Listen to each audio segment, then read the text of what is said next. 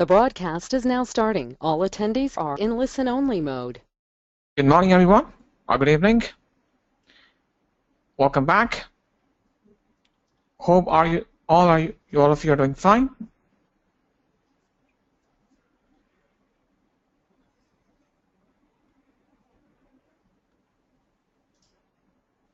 So we have Azhar, Kamesh, Kura, Manjunath, Mazhar, Raj, Rangareddy, Sai, Shiva, Subhadeep, Venkat. Hi to everyone once again.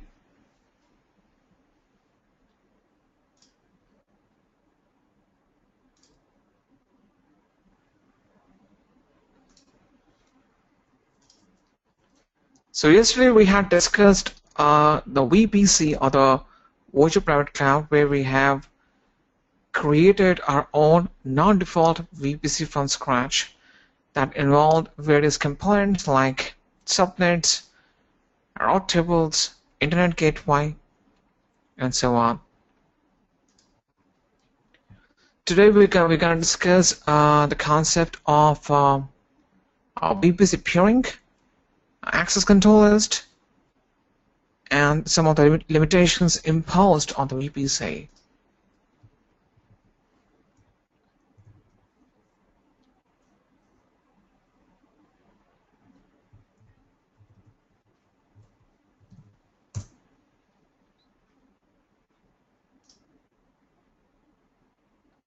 Yes, Kamesh, you have any questions? Please let me know.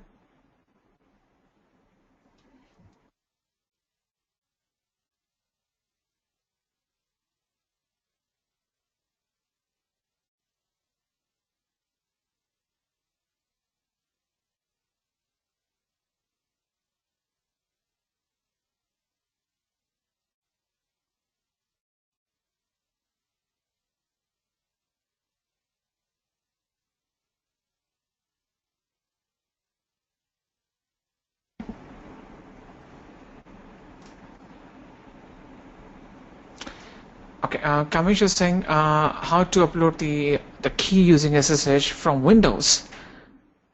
I faced issue. It's saying denied. The public key denied.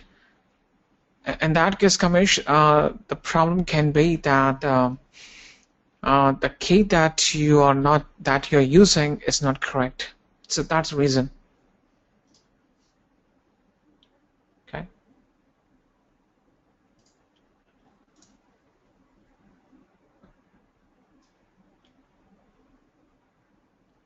Yeah, Kamesh, the thing is that you cannot connect to the private instance through the internet. So you have to connect to the public instance first, and then you have to connect to the private instance.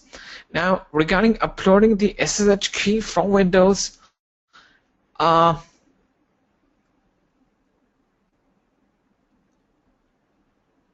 okay, I'll let you know the steps. There are some steps involved. I will let you know, because you have to check marks few options on the PuTTY so that the key gets uploaded, and then you can get connected.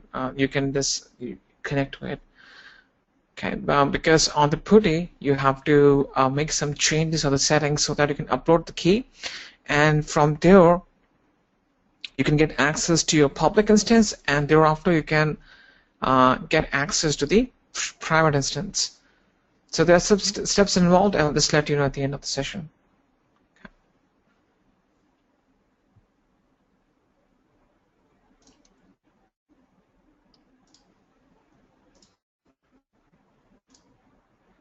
All right, so let's move forward. Now we have discussed various components like subnets, route tables, internet gateways. One important thing that we're left with is called the access control list.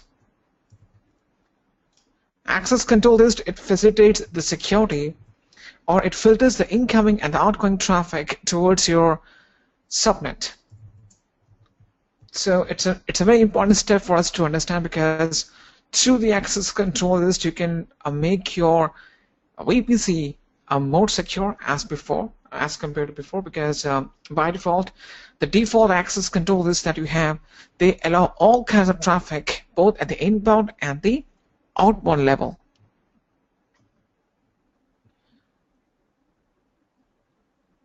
So I just log into my management console.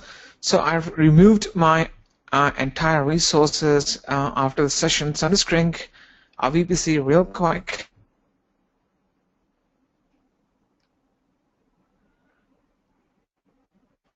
Okay, so let's create a VPC. Let's go back. Your VPCs. Create a VPC. Let's name it as test VPC, and I assign the following CID regions.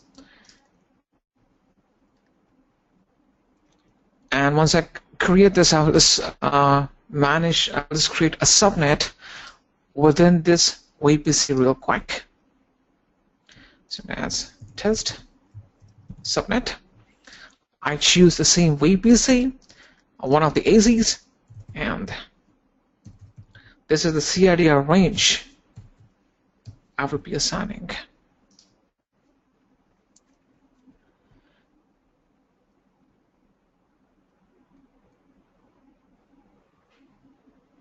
Okay, so the subnet is being created. Now the subnet creates following properties now, like its summary, route tables, network ACL, and all these kind of things that flow logs and tags we're going to discuss right now.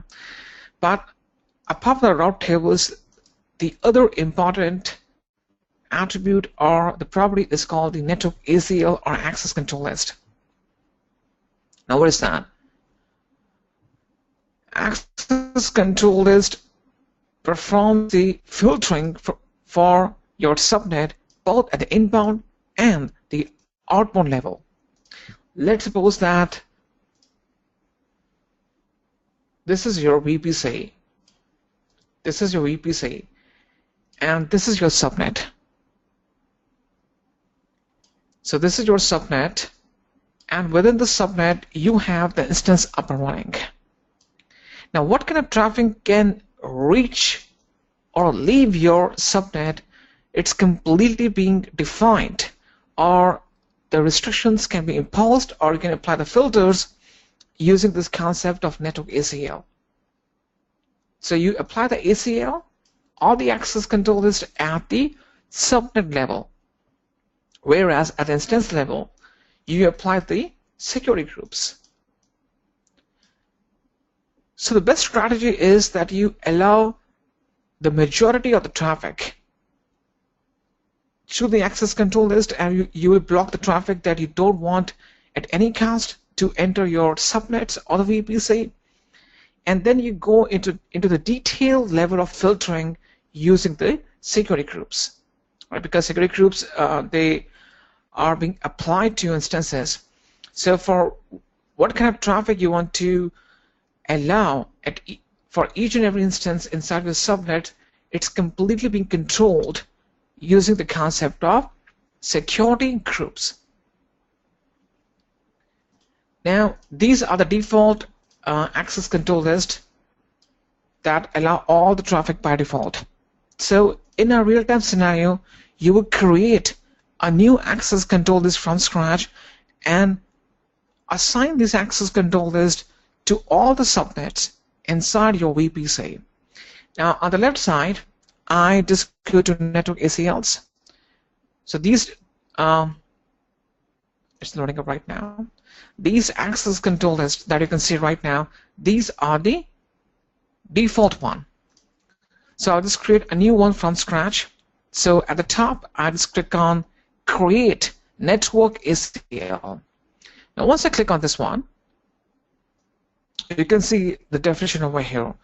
A network ACL is an optional layer of security that acts as a firewall for controlling the traffic in and out of the subnet.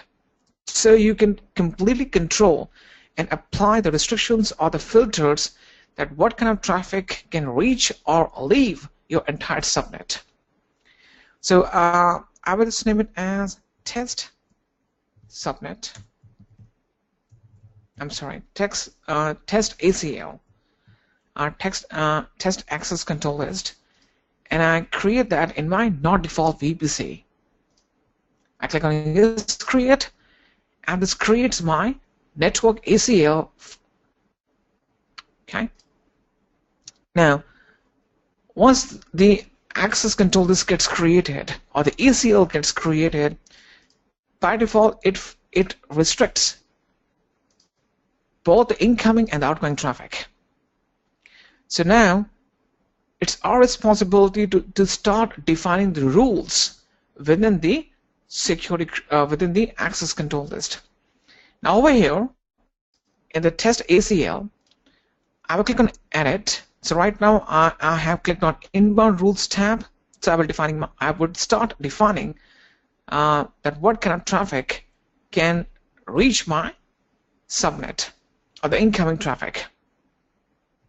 Now the access control list works in a different way. Okay, even though it performs a filtering or it acts as a firewall, but the way that the access control list work, it's completely different as compared to your security groups. Now, while defining or formulating the rules in your access control list, you have to define a rule number. And the lowest rule number that you can use is 1, and the highest rule number that you can use is 32766.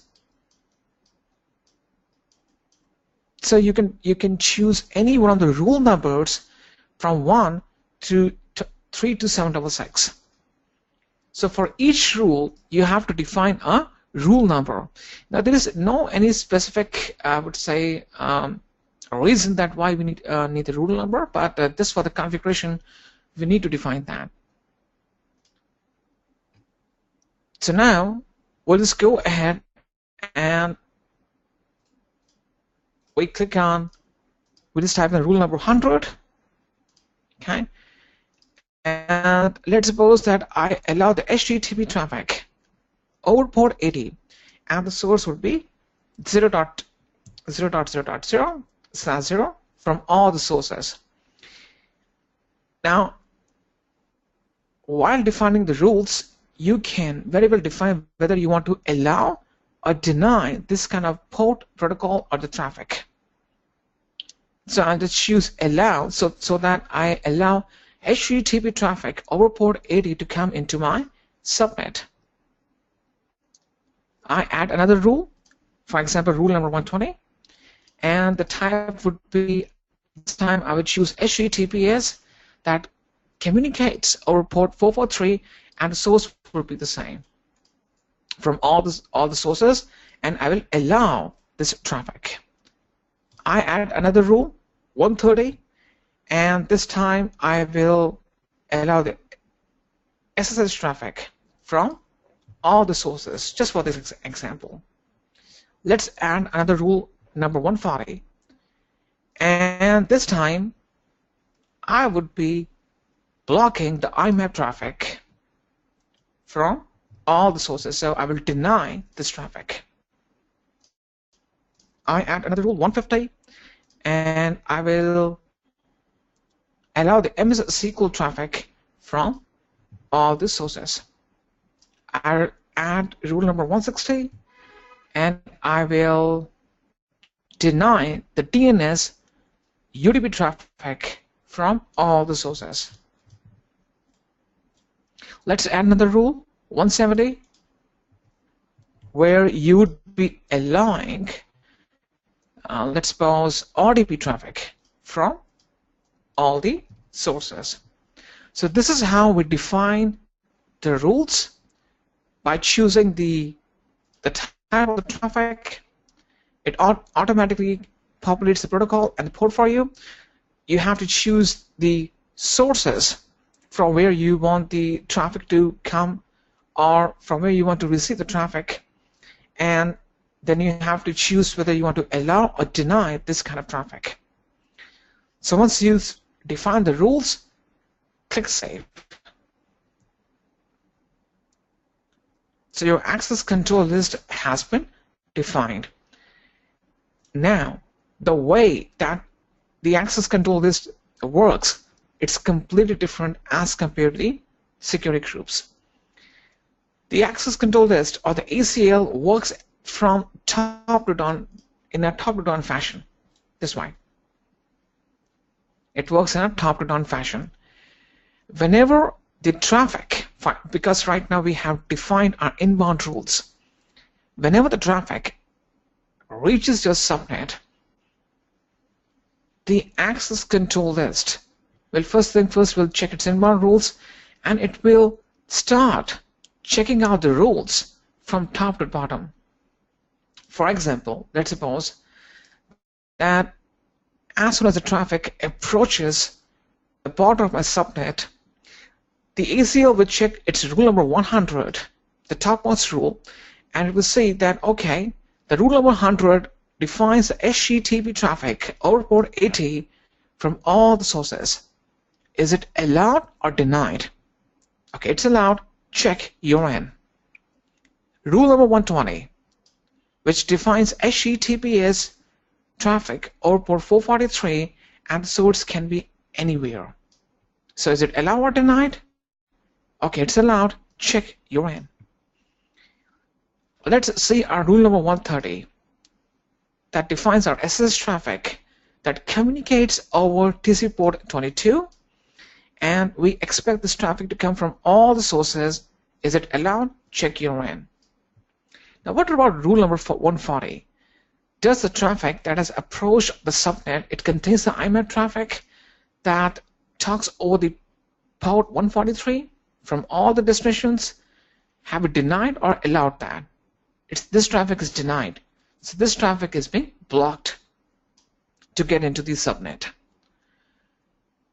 Now, going down, it will just check the rule number 150, that is allowing the MS SQL traffic that communicates over port 14333, and if it's from all the sources, it will be allowed. What about the DNS traffic? So for this rule number 160, the DNS traffic is allowed over port 453 from all the sources, but it's denied. So this traffic is being blocked. It cannot get into a subnet at any cost. What about rule number 170? This defines the RDP traffic for port 3389. And what about the source? If it's from all the sources, it's allowed. So from top to bottom, it is allowing all the traffic or denying the traffic one by one, depending upon how you have defined your rules. Now, I create a thin line between the rules over here and this star deny rule. This is called star deny rule. What do you mean by that? Star deny means that the access control list will check the traffic from top to bottom. Now, above the star deny rule, if any one of the ports, protocols, or I would say if any one of the traffics or any kind of traffic is not allowed or it's not mentioned, for example, I haven't mentioned MySQL traffic. I've defined the MS SQL, but I haven't defined the MySQL. I haven't defined the Oracle traffic. So since these traffics or these traffic types are not being mentioned in the list over here, they are being by default denied or blocked by getting into my subnet. So star deny rule means that any kind of traffic that you haven't mentioned above in the list would be automatically denied or blocked by getting into your subnet. Okay. For example, I haven't allowed the, let's suppose, the LDAP traffic. So this star deny will automatically block the LDAP traffic because it's not there here in the list. Okay. So this is how the ACLs or the access control list work.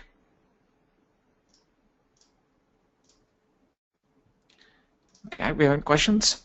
Kuram is saying why you have two ACLs right now in subnet. One's created by you and another one is default. Kuram, actually I have two VPCs, default VPC and not default VPC. Therefore, for each VPC, I have a default access control list. Chrome, your next question is network access control list works at the first layer and the EC2 security groups works at the second? Yeah, you can say that. So, Bridget, your question is, as there is an explicit deny present, is it required to put deny rules like 140, 160, or it is just for the demonstration? Subhajit, the rule numbers that we define, it is just for the demonstration, just for the documentation. Because now what happens is that the traffic is allowed or denied strictly based upon how you have defined, whether you have allowed the traffic or denied the traffic. So the rule number never intervenes in that case. Kamesh, your question is, what about ACL? Does it allow HTTP and security group allow for an instance? Kamesh, if the access control list does not allow the traffic at the HTTP traffic, if it doesn't allow the HTTP traffic, it's quite obvious that that traffic, if you have blocked the HTTP traffic from coming into your subnet, it's quite obvious that it will never ever reach any one of your instances inside your subnet. Therefore, as I emphasized before, you will allow a broad range of traffic at the access control list level, whereas you will perform the detailed level of filtering using the security groups at the instance level.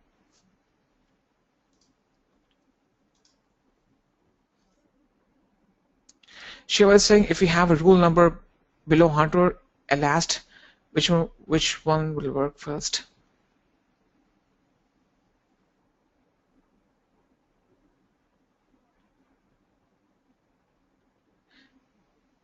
Shiva, actually, I think you're getting confused regarding the rule numbers. If we have a rule below 100 elast, Shiva, I didn't get your question, frankly speaking. Somebody, the question is, access control list will be effective for communication between instances inside the subnet, the same subnet also? I would say, Subhajit, the communication between the instances, it's completely open. So what kind of traffic can flow between the instances, that is completely open. So access control list will not have any role into that in that case, because if you want to perform any restrictions between the instances inside the same subnet, that you will have to use the security group. Yeah, so Subhajit, this is for the external access. So what kind of traffic can reach or leave your entire subnet? Okay, so the communication between the instances would be applied using the security group.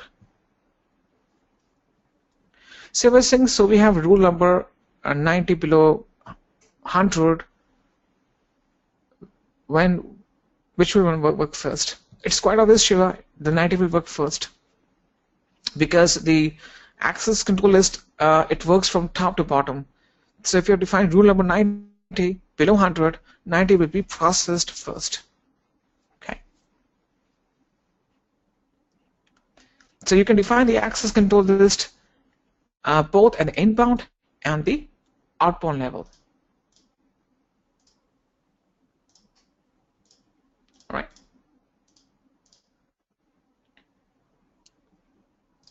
Any questions, any doubts? So once you define the access control list, you have to go to the subnets, and once the subnet gets populated, you have to change its access control list from the default to the one that you just created. Okay, and hit save.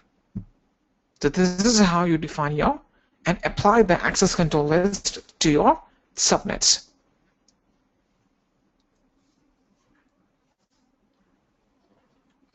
Any questions, any doubts? Please feel free to let me know. Kamesh, your question is, so here, even if I'm sending only HTTP, it will check all the routes from top to bottom. Yes. Even if you're sending one traffic, it will see all the rules. Okay.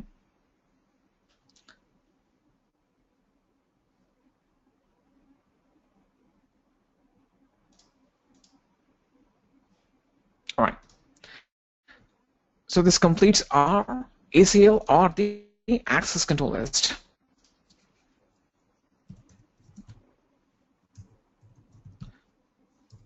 So let's discuss our next topic. That's called the VPC peering.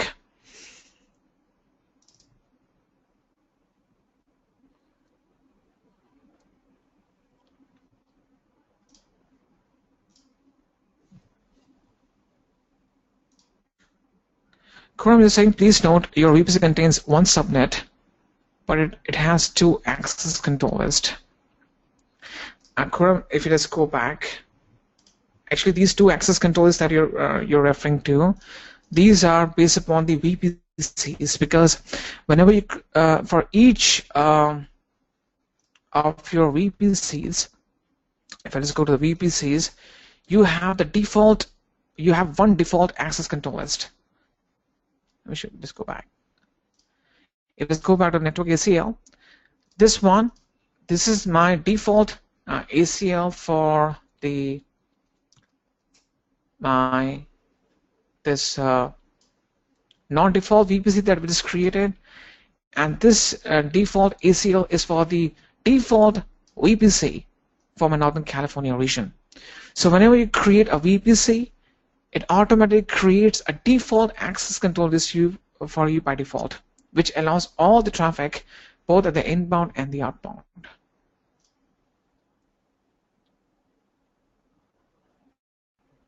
Okay.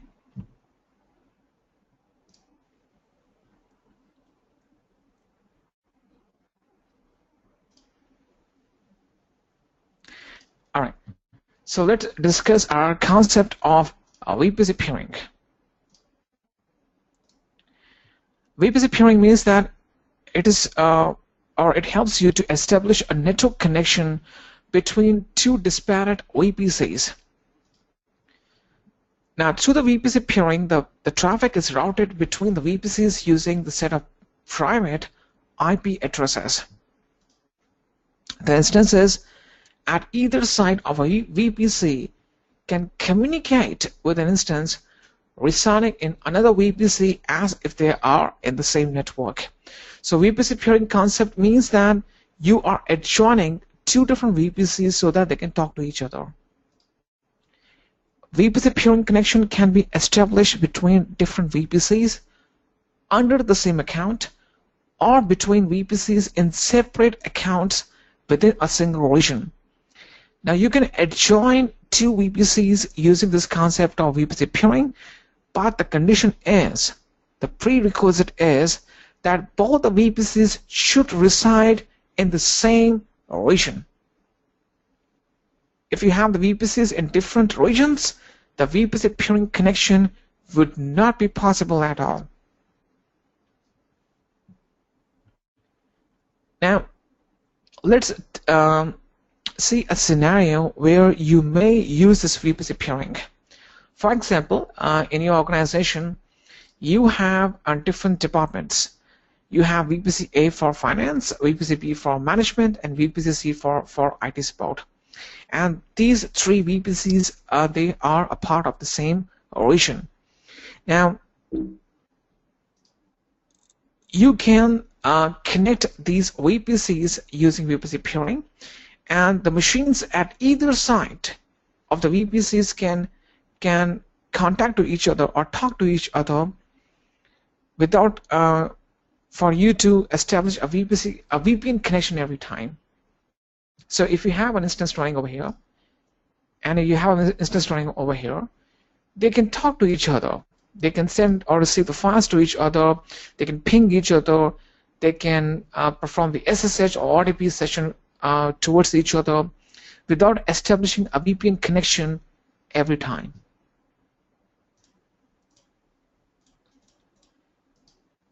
The communication between VPCs will happen as if they are on the same network.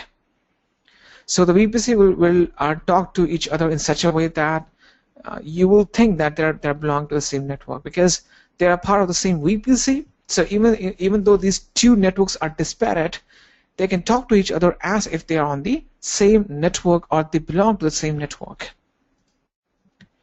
VPC peering connection does not rely upon the gateways, VPN, or any piece of hardware. So the VPC peering connection is established using the set of private IP addresses. AWS uses the existing infrastructure of a VPC to create a VPC peering connection. Now, whenever you go for the VPC peering, there is no single point of failure for communication or a bandwidth bottleneck. Now, a VPC peering connection is a one-to-one relationship between two different VPCs. The transitive peering relationships are not supported.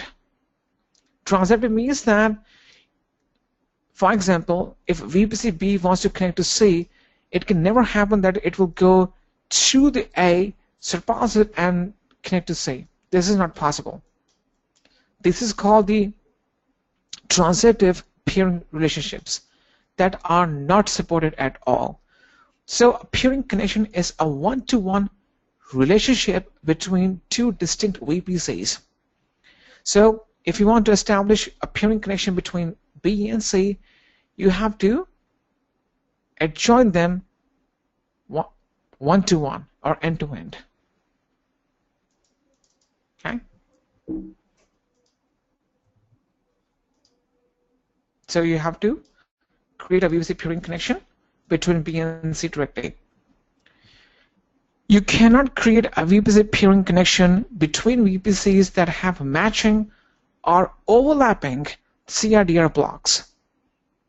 So if two VPCs have the same CRDR ranges or the IP address blocks, the VPC peering connection cannot be possible. For example, let's suppose that over here, my VPC B has, I'm sorry, I think there's something wrong. So let's suppose that this is my VPC B with the CRDR range 10.0.0.0/16.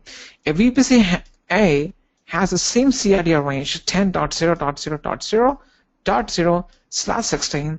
In that case, the VPC peering connection cannot be established. So if you want to perform the VPC peering connection, please ensure that these two different VPCs should have the different CRDR ranges. And also, these two VPCs should belong to the same region. All right?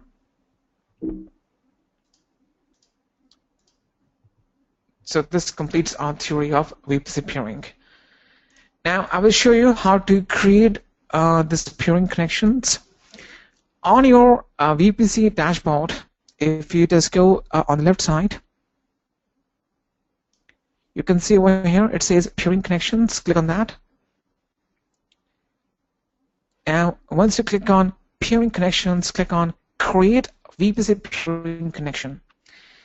Now the peering connection can be established between VPCs in the same account, or these VPCs can belong to different accounts, but they should be the part of the same region.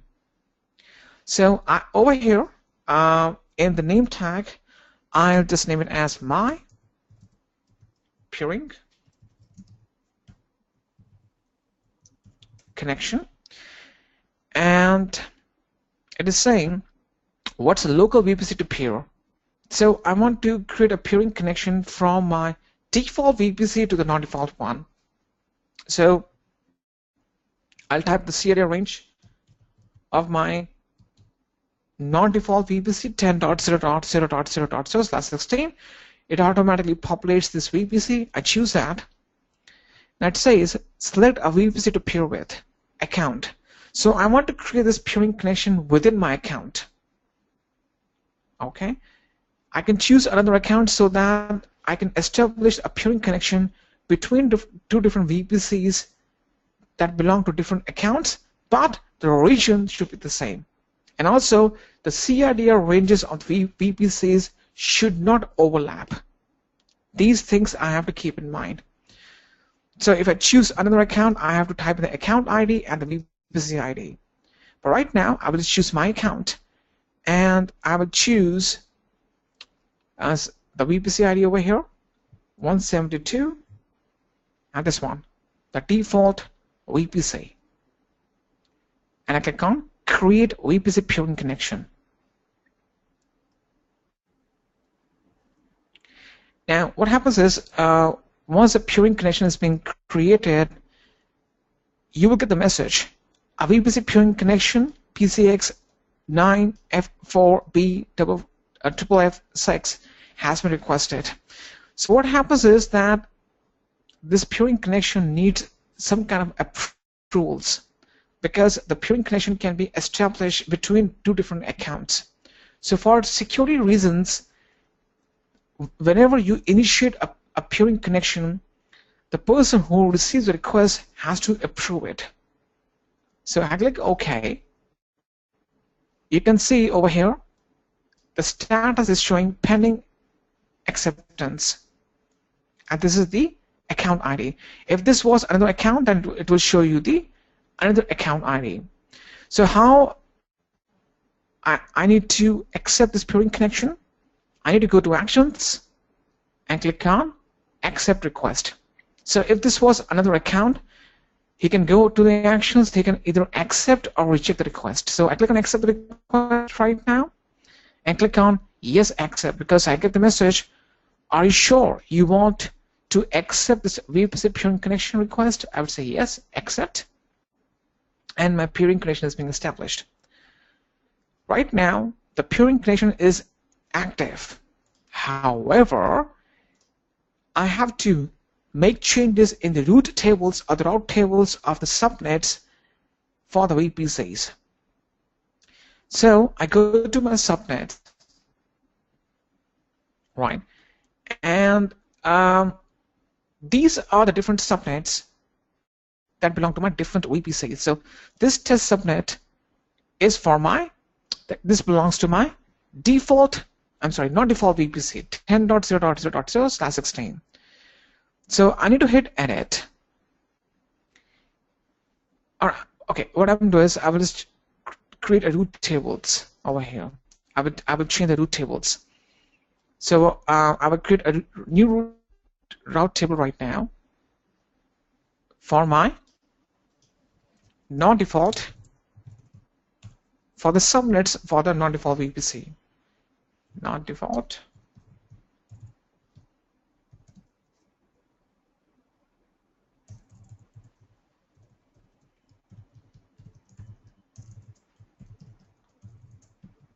Root table, and create that in my not default VPC 10.0.0.0/16.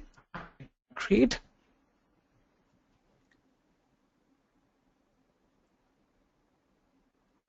So now, in this root table, I hit edit. So I would be saying, let me just create a diagram to make it more understandable. If this is my subnet, right, and the range of this VPC is 10.0.0.0/16. So now I want a peering connection to be established towards another VPC with the CIDR range 172.31.0.0/16. This one. So I go back, click on add another route, and I will say from the subnet inside the VPC, if my destination is 172.31.0.0/16, in that case the target would be my peering connection. Save.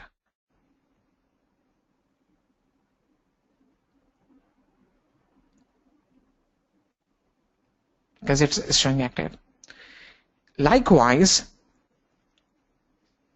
I can manipulate or create a new route table for my default subnet. So I go to route tables, click on create new one.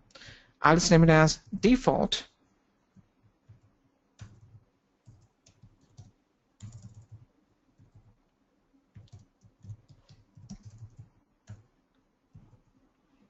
route table. I choose my default VPC, hit create,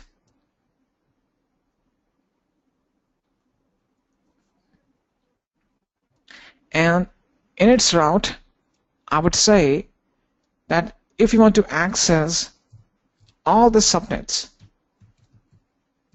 within the non-default VPC, the target will be the same peering connection, and hit save. So now I will assign this default route table to my subnets in the default VPC. So I will change this route table right now, just for this example. Okay. So I will change the route tables of all my subnets in the default VPC.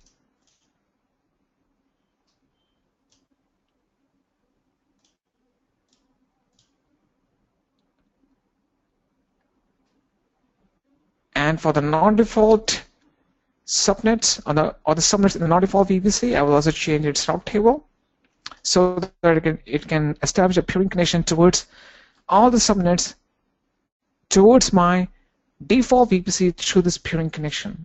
Same. So that's how the peering connections are being established.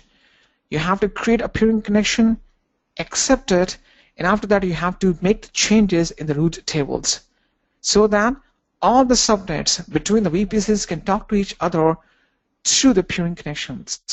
So you have to choose the peering connection as your target. So this completes our peering, or VPC peering. Any questions, any doubts? So to summarize, VPC peering adjoins your two VPCs in the same region. It's a one-to-one relationship.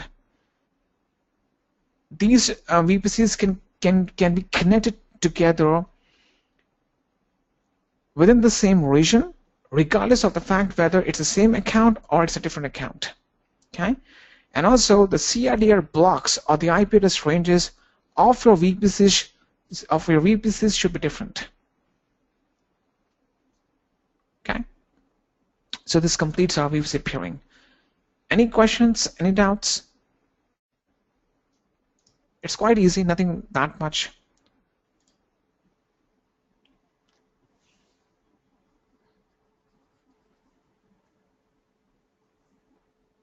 I'm just pausing for a few seconds. If you have any questions, please feel free to let me know. So, Bridget, your question is, do we have option for IPsec tunnel? So, why the VPC peering required? So, Bridget, the IPsec tunnel is being created from your data center, from your in-house deployment towards a VPC, right? So, the IPsec VPN tunnel works in such a way that if this is your office, right, you place a customer gateway at the border of your data center network, and this is a VPC, and you place a virtual private gateway VPG at the border. So you create an IPsec VPN tunnel between these two gateways. Over here, the things are different. We are adjoining two different VPCs in the same region using the set of private IP addresses. Okay, so these two scenarios are completely different.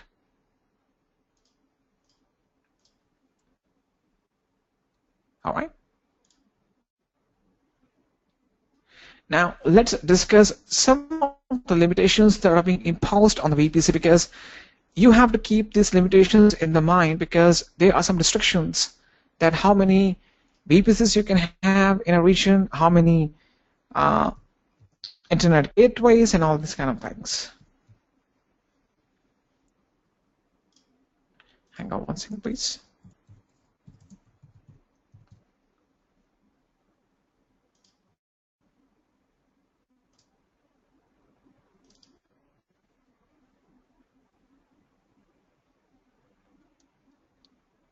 I think I don't have the slide right now. Just give me 1 second.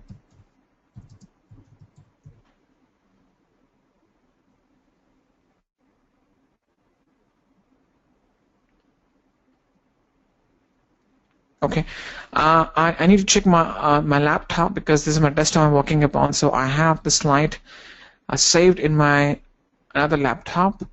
It's a very small topic, so after the break, or I will see that it's just a very small topic that we have to discuss. So I have to just describe the limitations. So I will just discuss that after the break. Okay. So this completes our VPC. Yesterday I have given you the assignment, so please practice. I'm not sure how many guys out of you have practiced the deployment of the VPC or the implementation of it. Just in case if any doubts, you can let me know. All right. VPC is a very important topic. You would expect at least, I would say, 10 questions out of the VPC, 5 to 10, 8 to 10 questions out of the VPC in your architect examination. So that's why I stress too much upon that.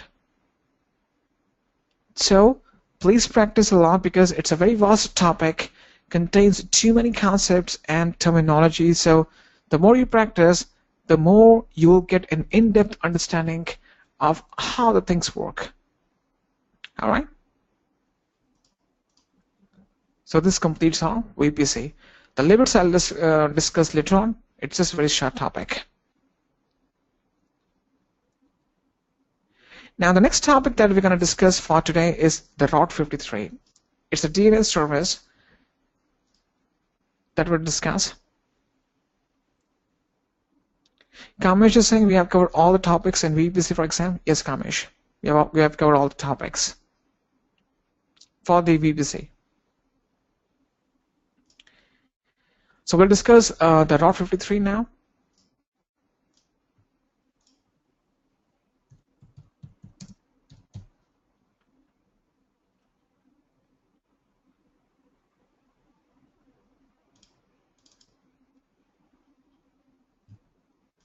Just give me 1 second.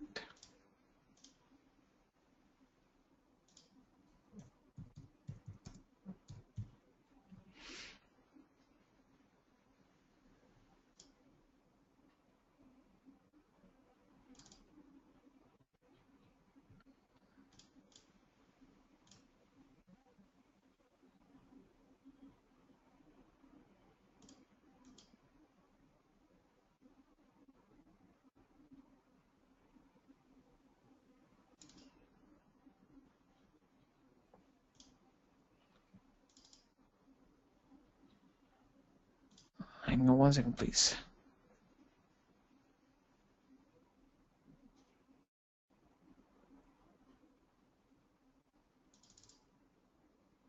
Okay.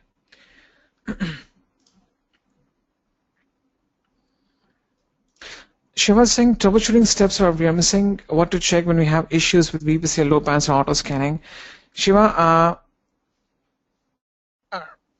most of the times I discuss the steps that are involved. Okay. See, in the troubleshooting, most of the things that if it's not working properly, you have to see whether it's been configured or not. Most of the troubleshooting that's being involved is it relies upon the security groups and the access control list. Okay. So regarding the troubleshooting, right? The first thing that you have to check is if your instances are not accessible or something like that. Please, you have to check whether the proper security groups are being applied or not. Okay. Otherwise, there's nothing much in the troubleshooting that we can discuss. There's nothing much to it. I'm quite sure that you're looking into the blueprint that shows that the troubleshooting has 10% of the questions. But as per my experience, even I've seen that sometimes in the examination, not even a single question comes from the troubleshooting. Okay. So troubleshooting is quite simple. You have to see the configuration is proper or not. Otherwise, there's nothing much that we can discuss in the troubleshooting as of now. Going forward, we're going to discuss the CloudTrail and the CloudForge that can help us to see that what kind of I would say what kind of stats our instances are giving. Based upon that, we can get to know that okay, what kind of things we can perform to improve the performance of instances. So the troubleshooting part will come later on. All right. And I'm quite sure once I discuss the load balance and auto scaling, I discuss that what things you have to see to make sure that your load balancer and the auto scaling is up and running. Okay. So let's discuss R53. Amazon R53 is a DNS service. Now first let's discuss what's a DNS. That stands for domain name system. A DNS, or the domain name system, it's a hierarchical distributed name system that translates the friendly names to numerical addresses. See, you can say that the domain name system, it acts as a backbone of your internet. Today, if you open a browser and type in facebook.com, google.com, edureka.co, or any one of the websites, these URLs, they get converted into the IP addresses, IPv4 or IPv6 addresses at the back end. Now, why these kind of domain name system has been provisioned? See, the thing is that the human brain is designed in such a way that we can easily remember the names but not the numbers. You can say that the domain name system is a phone book. Now, we can't easily remember the mobile numbers or the phone numbers of our relatives or friends. So what we do, we open our phone book or the contact list, browse through the names. Now we can easily remember the names and relate those names to our friends or relatives.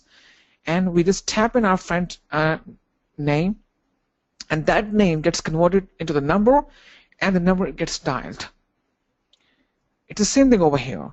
We as human beings, we can easily remember the names but not the numbers. So whenever we type in cisco.com or facebook.com, any one of the URLs, they get converted automatically to the IPv4, IPv6 addresses at the back end. Now the machines that will perform the routing of the request, they do not understand the cisco.com or facebook.com. They understand the language of the IP addresses or the binary. Okay, so the domain name system, it creates a thin line between the end user and the machines working at the back end. So once you type in any of the URLs, they get converted to the IP addresses at the back end. So that's the purpose of your domain name system or the DNS. Yeah, Raj, you can call it as domain name service or domain name system, is the same thing. Okay. Now, what is Amazon R53? Amazon R53 is a highly available and scalable domain name system that provides scalable and reliable routing requests both for services within AWS and infrastructure that is outside the Amazon Web Services. So if you want to route your traffic for your domain in and out of your VPC, then you will use the R53 as a service. Amazon R53, it is able to provide the service through its global network of authoritative domain name servers that reduce latency and can be managed through Management Console in Amazon Web Services. So these domain name servers are the name servers that provides the R53, or I would say that these domain name servers that actually perform the rerouting of the request or resolve the domain names to the IP addresses. These domain name servers are placed in different locations, on different edge locations. We have discussed the edge locations before. So these domain name servers are being placed in different edge locations across the globe.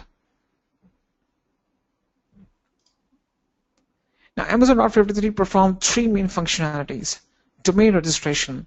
So, like you have bluehost.com, GoDaddy.com, or you have HostGator. through these domain providers, you can buy the domains. Likewise, you can also buy the domains from the Amazon R53. So if it is go back, and if it is go back to our, I'm sorry, I clicked on the main page. So the R53 can be tracked under networking, where you have VPC. You can see the R53 over here. Scalable DNS and the domain name registration. So you click on that, and this will take you to the R53 dashboard. Just on the left side, you can click on domains, and you can click on registered domains. So you can register a new domain, or you can transfer an existing domain from other service provider to this Amazon Web Services console. You can buy a .com domain for $12 per year. Okay. Now, apart from that, apart from getting the domains from the R53, it also acts as a domain name system or DNS service. Amazon R53 translates the friendly domain names like www.example.com into the IP addresses like 192.0.2.1. Amazon R53 responds to DNS queries using a global network of authoritative DNS servers, which reduces latency. So R53 acts as a DNS service that facilitates the resolving of the domain names into the IP addresses at the backend. And this is being done through the name servers or the DNS servers that are placed in different edge locations across the globe. Health checking. Amazon R53 performs, or it sends the automated requests over the internet to your application to verify that it's reachable, available, and functional. Now, if you can recall, we have done the ELB, or the Elastic Load Balancer. What's the purpose of the ELB? The ELB performs the health checking of your instances within the confinement of the same region upon different availability zones. Now, over here, this DNS service called R53 works a step forward.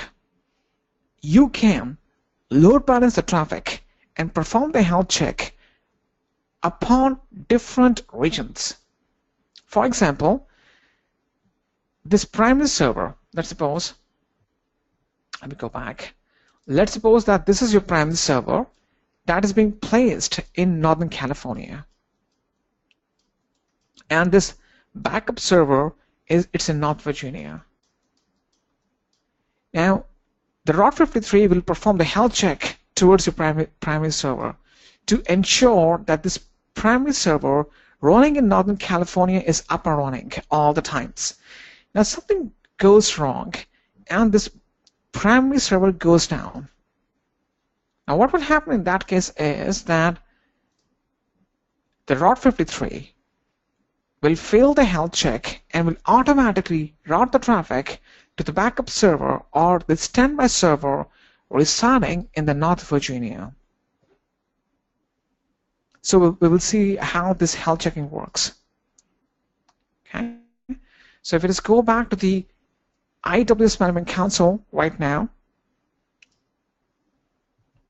you can see over here, I can use a hosted zones to facilitate or perform the DNS queries, and under the health checks, I can use this option to perform the health check or health checks towards my instances running in different availability zones or regions. Kuram, your question is about this health check was responsibility of the load balancer. Why R53 facilitate here over here? Kuram, your question is that if we have the load balancer performing the health checks, then why we need the R53? See, a load balancer has a limitation. A load balancer works in the confinement of a region upon different availability zones. It can never load balance the traffic upon different regions, right? For example, let's suppose, let me just take an example right now.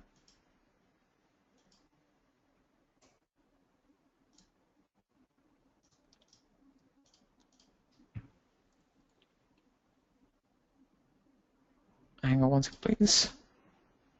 So, see, the load balancer works in such a way that, let's suppose this is your load balancer. The load balancer will route the traffic, or balance the traffic upon different instances in different availability zones, but the region should be same. For example, the region is Northern California, and this instance is running in 1B, this is in 1C, and this is in 1D. Right? So the load balancer cannot surpass or load balance the traffic upon different instances running in different regions. But this capability is there with R53. Let's suppose this is my R53 health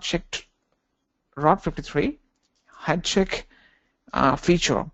So it can load balance the traffic in the instance running in Northern California and towards the instance running in the North Virginia. So the scope is much broader as compared to load balancer. Now I'm not saying that you will not use the load balancer, because load balancer has far more functionalities. Okay, because it will also load balance the traffic and so on. So the R53 performs a health check upon different regions, but the load balancer cannot surpass your region, and it works in the confinement of that. So that's the difference.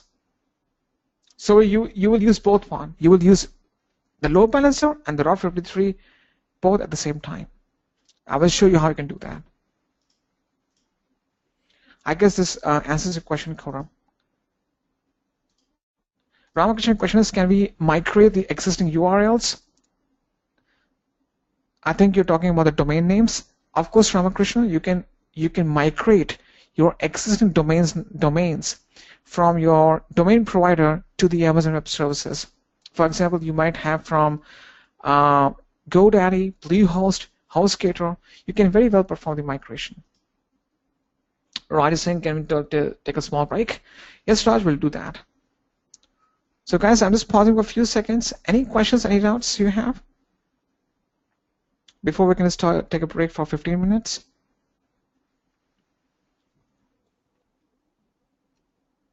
Because once we come back from the break, we will discuss the R53 deployment.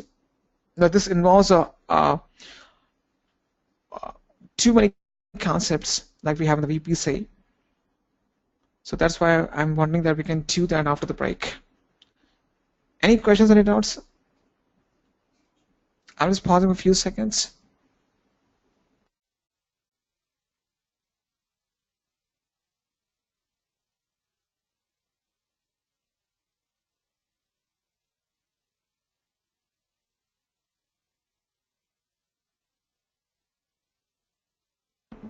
No questions, no doubts? Okay, Shiva has a question. Can we do the load balancer and R53 and auto scaling all together at once? Yes, we can do. Kavish is saying R53 also routes the traffic only for the health check? Traffic or only for the health check? It can do both the things. Kamish, it all depends that whether you want to route the traffic for your domain or you want to perform the health check. You can use either of these two functionalities, or you can use both functionalities at the same time. It can also route the traffic for you, and also it can perform the health check. It can do both things at the same time. All right. So let's do one thing. Let's take a small break of 15 minutes. You guys can refresh yourself. Once you come back, then we'll just get into the high intensive lab session of the R53. Okay. So let's take a break. Thank you.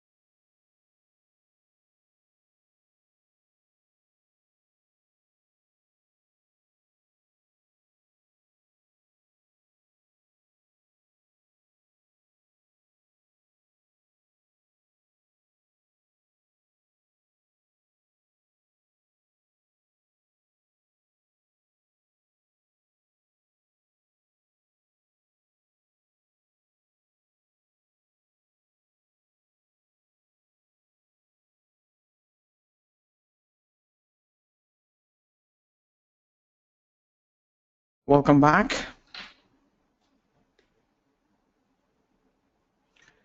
So I guess all people are back now.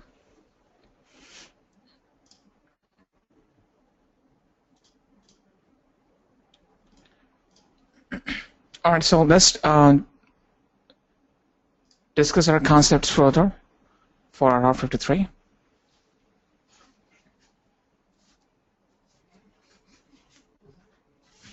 Now, as we have discussed till now, what we have discussed is that our R53 is a DNS service, and the three main functionalities are being done, or I would say these are the three functionalities of R53. It helps for the domain registration. It helps to perform the DNS queries, so it is very useful for the DNS service, and also it performs a health check for your instances that are running in different availability zones or the regions.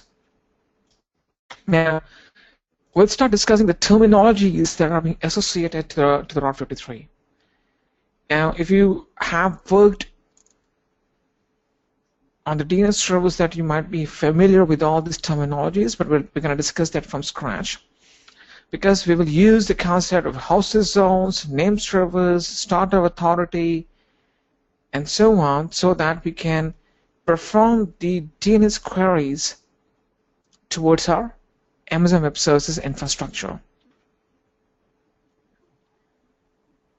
Now, the first terminology that we have to be familiar with is called the hosted zone. And what's a hosted zone? It is a container that holds the information how the traffic would be routed for a domain and its subdomains. It's a collection of record sets that are managed under a single domain. Now, there are two types of hosted zones. The first one is a public hosted zone, which determines that how the traffic is routed over the internet. And the second one is the private hosted zone for Amazon VPC that determines that how the traffic is routed within your VPC. Over here, your resources are not available outside the VPC. Now let's go back to the management console, and on the left side in the navigation pane, I click on hosted zones. Now I already have a hosted zones created, this one, and we'll use this hosted zone to perform our lab. But I'll just create a hosted zone from scratch and show you that how to create this one. So at the top, you just click on create hosted zone, and now you have to define a domain name over here. And you can see the definition. A hosted zone is a container that holds information about how you want to route the traffic for a domain. So for example, my domain is xyz.com. Okay, so I define my domain name. Optionally, I can also specify something in the comments, but it's not required as of now. And I can choose whether I want to go for the public hosted zone or the private one. So I go with the public hosted zone and click on create. Now, as soon as my hosted zone gets created, these are the pieces of information that gets generated. The first information that I can see over here is called the NS. Now, NS stands for name servers. These are the 4 name servers that are being associated to your hosted zones. Let me give me one thing. So let me just remove this drawing. Hang on one second, please. So these are your name servers, or you can call it MS in the short form NS. These name servers are the real engines working at the back end that will perform the DNS queries on your behalf. right? So whenever you create the hosted zones, you get 4 different name servers that will perform the DNS queries for your domain. So N stands for name servers. We have SOA. SOA stands for Start of Authority. I repeat, Start of Authority. Start of Authority points towards the main name server out of the list of 4 over here. For example, over here the start of authority is NS893, which means this one. So as per the start of authority, this is the main name server that has most of the authority. It will perform majority of your DNS queries, and also this name server contains a read-write copy of the entire database of my entire hosted zone. So whenever we create a hosted zone, we get the name servers that will perform the DNS queries in the backend, and we get the information of the start of authority that points towards the main or the primary name server out of all the 4 that you get.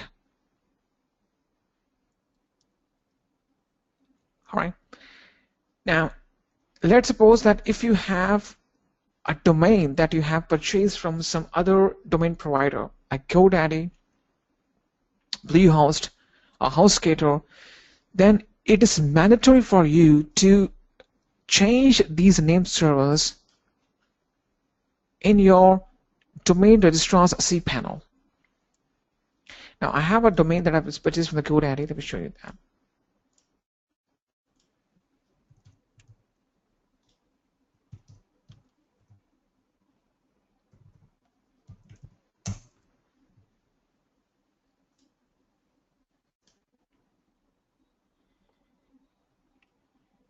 Kuram saying, what about the cost using the R53 or NS? Kuram, we'll discuss the pricing of the R53, but just an FYI, as of now, you are being charged for each hosted zone that you create. Regarding the different pricing components, we'll discuss it later on. Okay. So right now, let me just sign in to my GoDaddy's account.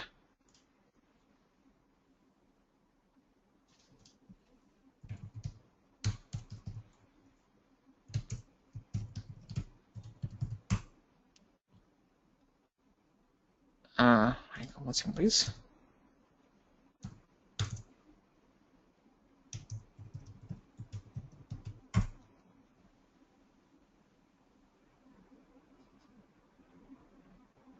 Okay. So this is my complete dashboard from where I manage my domains that I've been using right now. Now I have purchased domains from GoDaddy, edulambda.com, edulambda.in. This top one is in production right now. This one I'm using purely for the lab purpose. Now, before this session, this class or the lecture, I already have made some modifications, and I've set up the entire lab. Now, for this domain, edulambda.in, I have modified its name servers. So let me go back. Let me just show you right now. I click on the domain settings. So this is my GoDaddy's cPanel. I click on the domain settings of this domain. And once the page gets loaded up, okay, I'm sorry, I have to go to manage zones. Go back again. Hang on one second, please.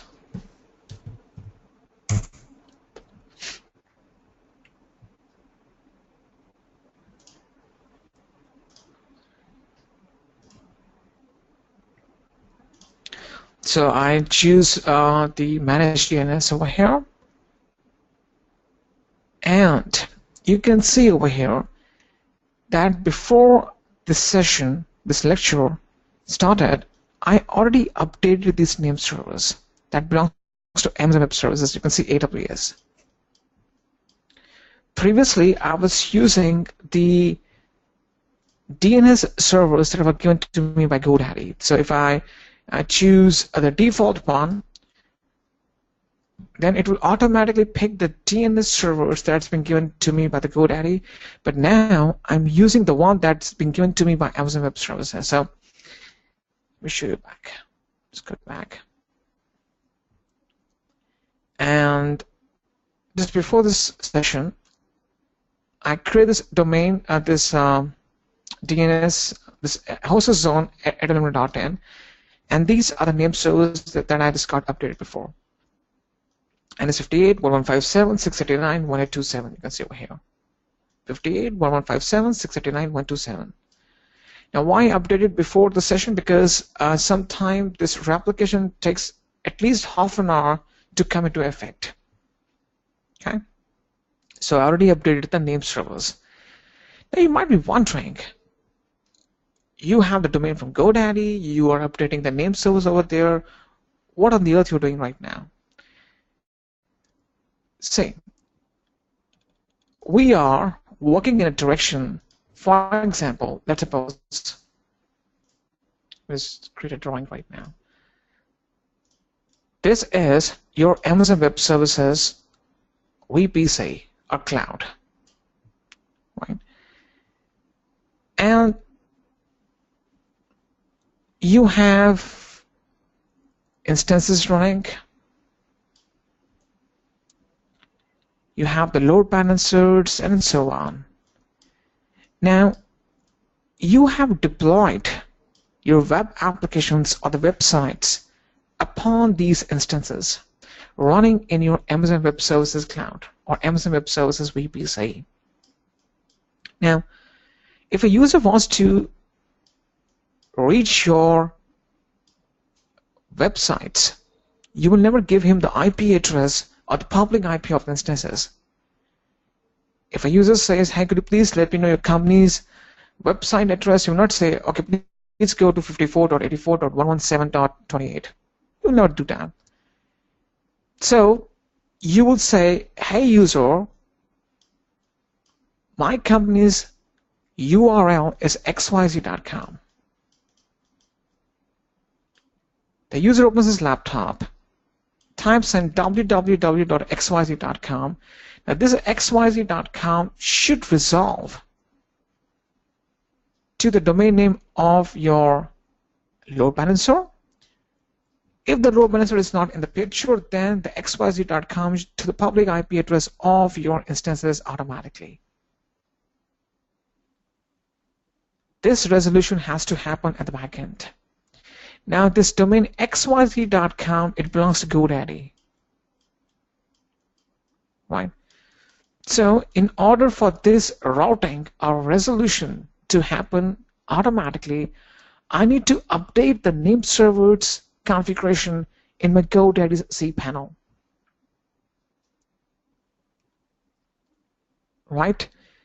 That's why I updated my NS or the name servers in GoDaddy's cPanel that has been given to me by Amazon Web Services, so that if someone types in xyz.com, the domain that I managed to purchase from GoDaddy, the xyz.com should be resolved by these DNS or the name servers to the IP addresses of my instances or the host name of my load balancer.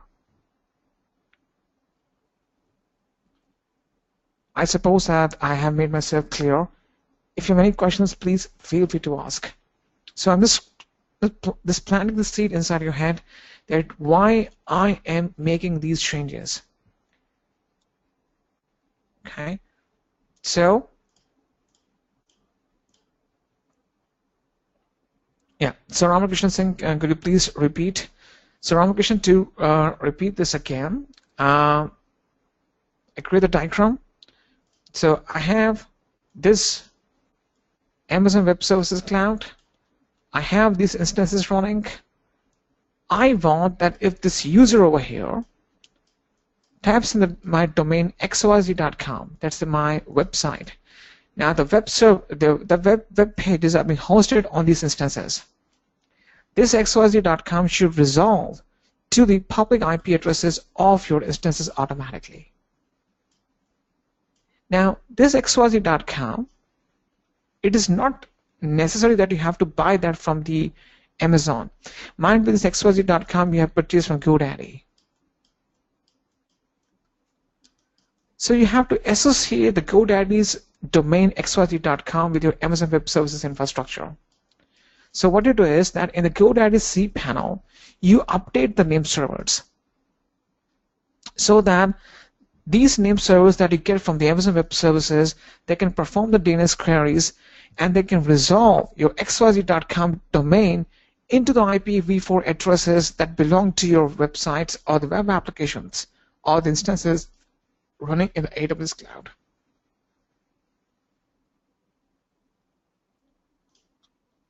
All right.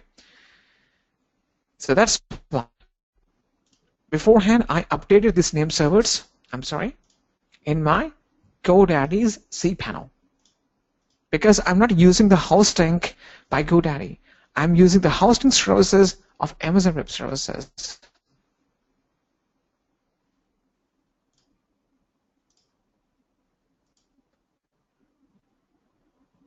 Okay, now this is about the hosted zone. So let's discuss. Let's summarize that. So we have seen the hosted zones.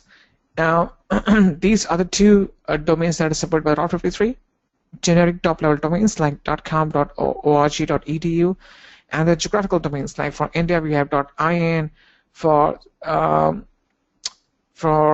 New Zealand we have .nz, for South Africa we have .ca, for Hong Kong we have .hk. So these are the two types of domains that are being supported by R53. Okay. So we have already discussed the name servers. Name servers decide which server your domain should goes to or points towards to. For example, if I have a name server edulambda.com, it automatically gets these two different name servers. Start of authority, you get one start of authority per zone. This record contains the information on the primary name server for that zone. The primary name server, it contains a read-write copy of the zone and is considered to be the DNS server with the most authority for that zone. It is a DNS server with most up-to-date server to answer queries about DNS records for that zone. Okay. Now, we have discussed all the zones, the name servers, and so on. Now, this does not complete our configuration because we have to create something called record sets to define that how exactly the routing of the traffic will be happening at the back end. For example, this is my hosted zones area. I go ahead and click on create record set. I would say that if someone types in www.xyz.com, please resolve it to the A record. A means IPv4 address. And in the TTL, the time to is being to 1 minute, which means these are the cache settings that are being saved at my service provider's end. And now I will type in the public IP address of my instance running at the backend. So I'm saying that if someone managed to type in xyz.com, it should resolve the IP address of my instance running in the AWS cloud. This conversion of this resolution of resolving the domain names to the IPv4 address is called the A record. It's called the A record. Also, you can convert that into the IPv6 addresses. 1 second. So if you choose quad A, it is for the IPv6. C name stands for canonical name, which means you can convert one domain name to another one. So these are some of the common record resource types that you will use.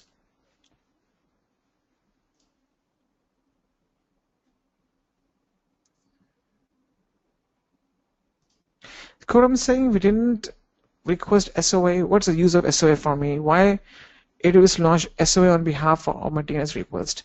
Kuram, I'm not sure whether you were there or not, but I discussed SOA in detail. SOA stands for Start of Authority. This points towards the main named server in the list, and Start of Authority means that out of the 4 named servers, which is the primary named server that will perform majority of the DNS queries. Okay, so I already discussed that in detail. Now, apart from the A record, you can also choose alias. You can route your domain traffic towards your, let's suppose, load balancer. Okay, so you create the record sets or the record types so that you can define that how exactly you want to resolve the traffic or resolve the domain name to the IP addresses or the host name of the load balancer, and how exactly the traffic will be routed. Okay, now let me show you the entire lab that I've already set up for you.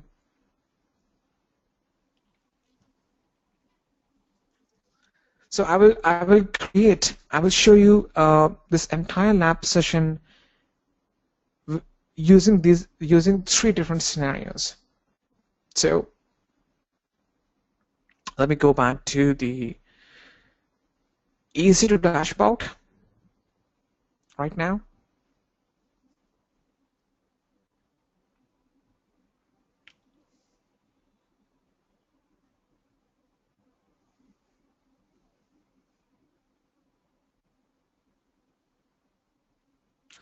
Now this will open the page.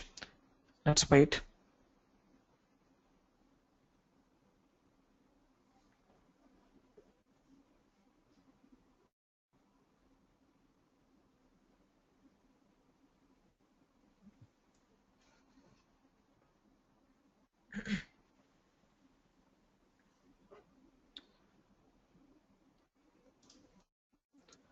In the meantime, let's open the R53 just beside this tab. Now,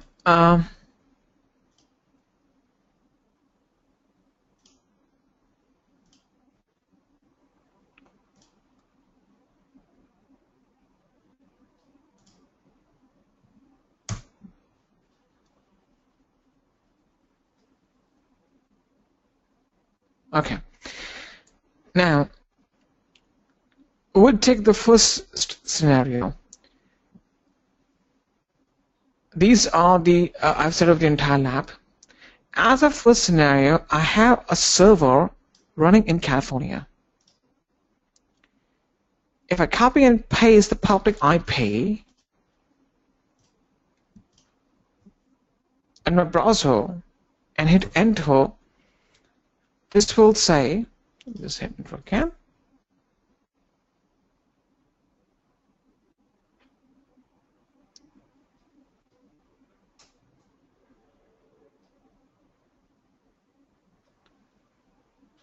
For some reasons, it's working a little bit slow. I'm not sure why.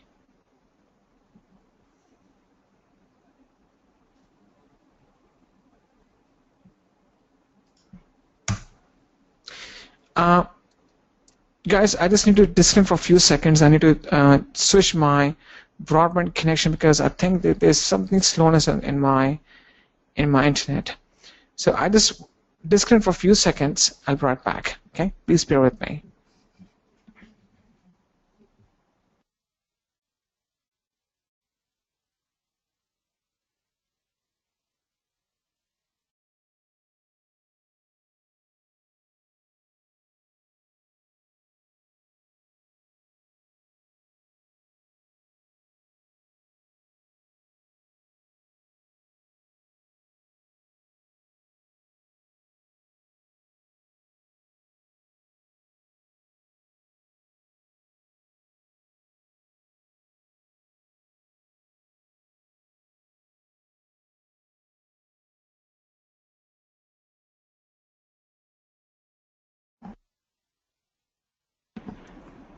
All right, so I'm back now.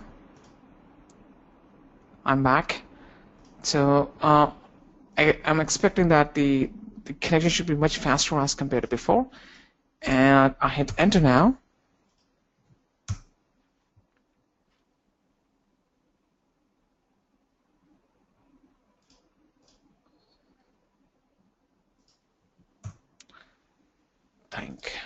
Just copy and paste the public IP again.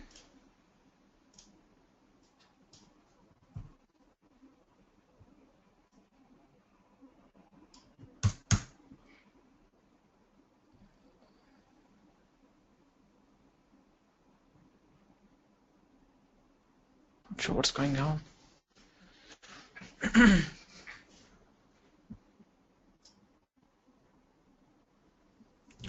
Just give me a few seconds over here.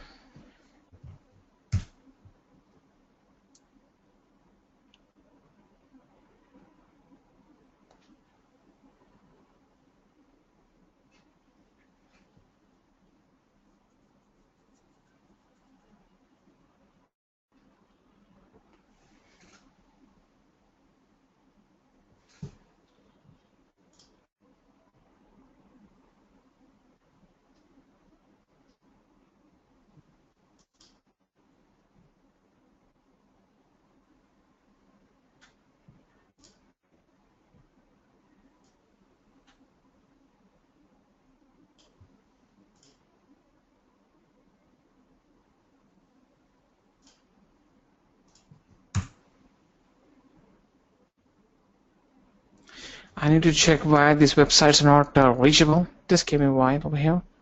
I think I need to check it again.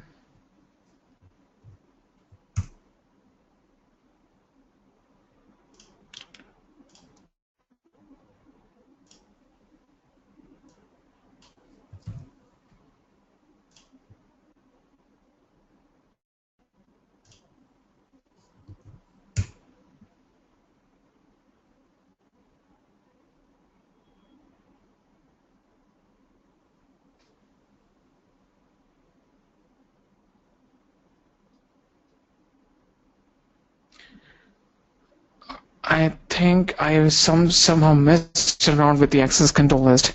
Hang on one second. That's the reason that I'm not able to reach this website. Give me 1 second, please. Because while explaining the default access control list, I did something wrong, that it's not allowing the inbound traffic towards my subnet.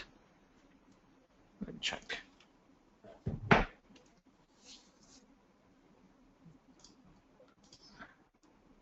Okay, so I changed the route tables. That's the reason. Let me just change the route tables of these subnets, the default subnet to the one that is being default. Because I'm sorry. Yeah, so I will change the route table as well. Access control is fine. Let me just change the route table of my second subnet.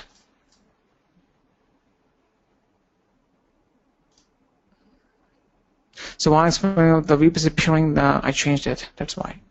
There was no access to the internet gateway. Okay, so let's see if it works now. Okay, the sites are reachable. So this is the normal troubleshooting that you have to perform. Nothing much. Now let's go back now again. Now over here, this is my public IP of a California server. If I go back and copy and paste its public IP in the browser, it says this is the California server. If I copy and paste this in the chat window, even you can access it. Okay? Now, let's draw a scenario. The scenario is that this is my California server running in the AWS cloud. I want that if a user types in the domain adolambda.in, in that case, this should route towards the California server or the instance running in my California region. So that's my first scenario, where I'm routing my domain traffic towards a single web server.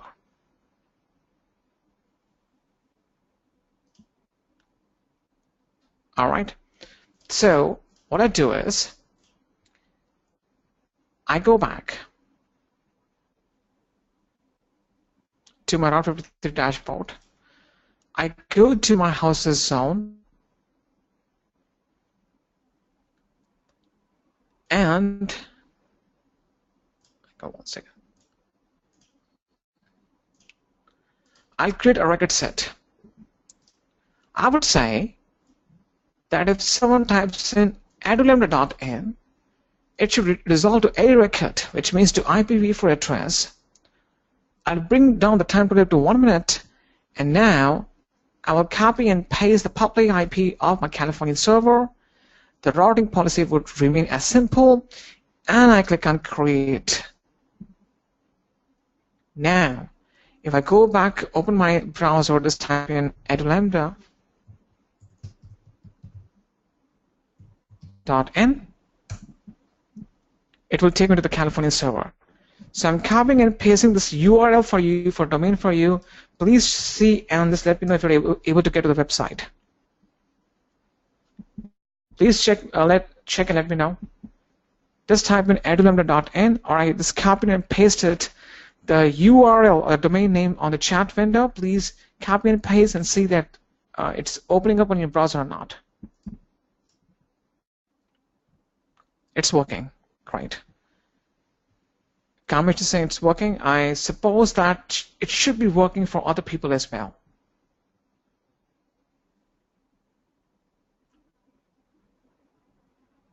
Okay. It's working for Azure, Karthik, and Kuram as well. Great. And Kamesh. Now, this is our first scenario that I have applied, where I just routed the traffic from my domain towards a single instance. That's it. It's working super G. Thank you. Now, let's take a different scenario.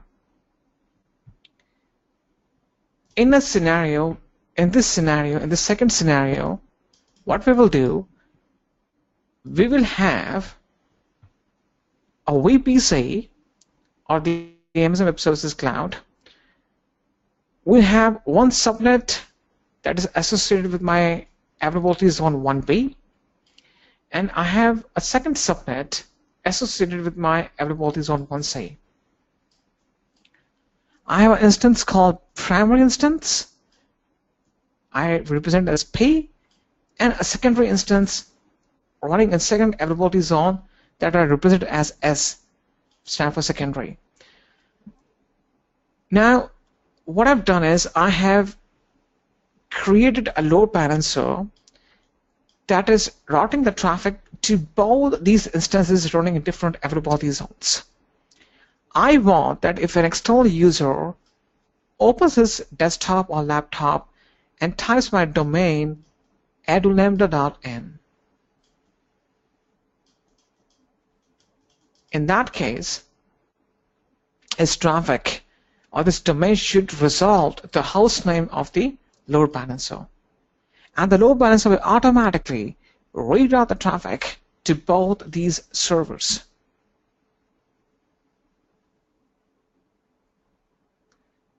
Therefore, what I've done is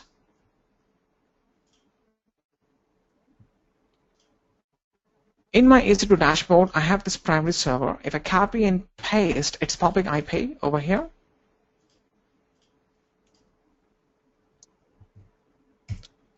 I'm sorry. I copy the public IP of my primary server, just paste it. It says this is the primary server. I have a secondary server running in a different availability zone 1C. I copy and paste its public IP right now. Copy it. Paste it over here. It will say this is the secondary server. Now, if I scroll down, I have a load balancer deployed.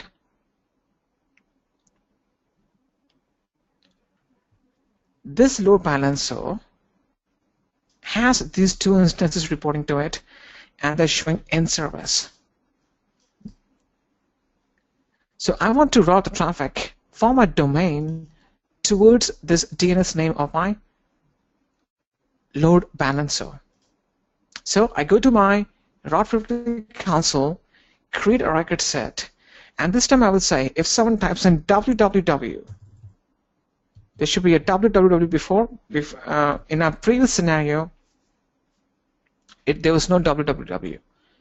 So I'm saying if someone types in www.edulambda.in, in that very case, you're supposed to resolve that to an alias, and that alias should be your load balancer,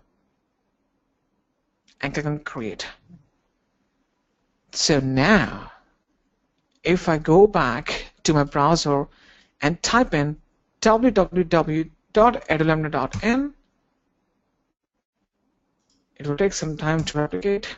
Let me just open some of the browser.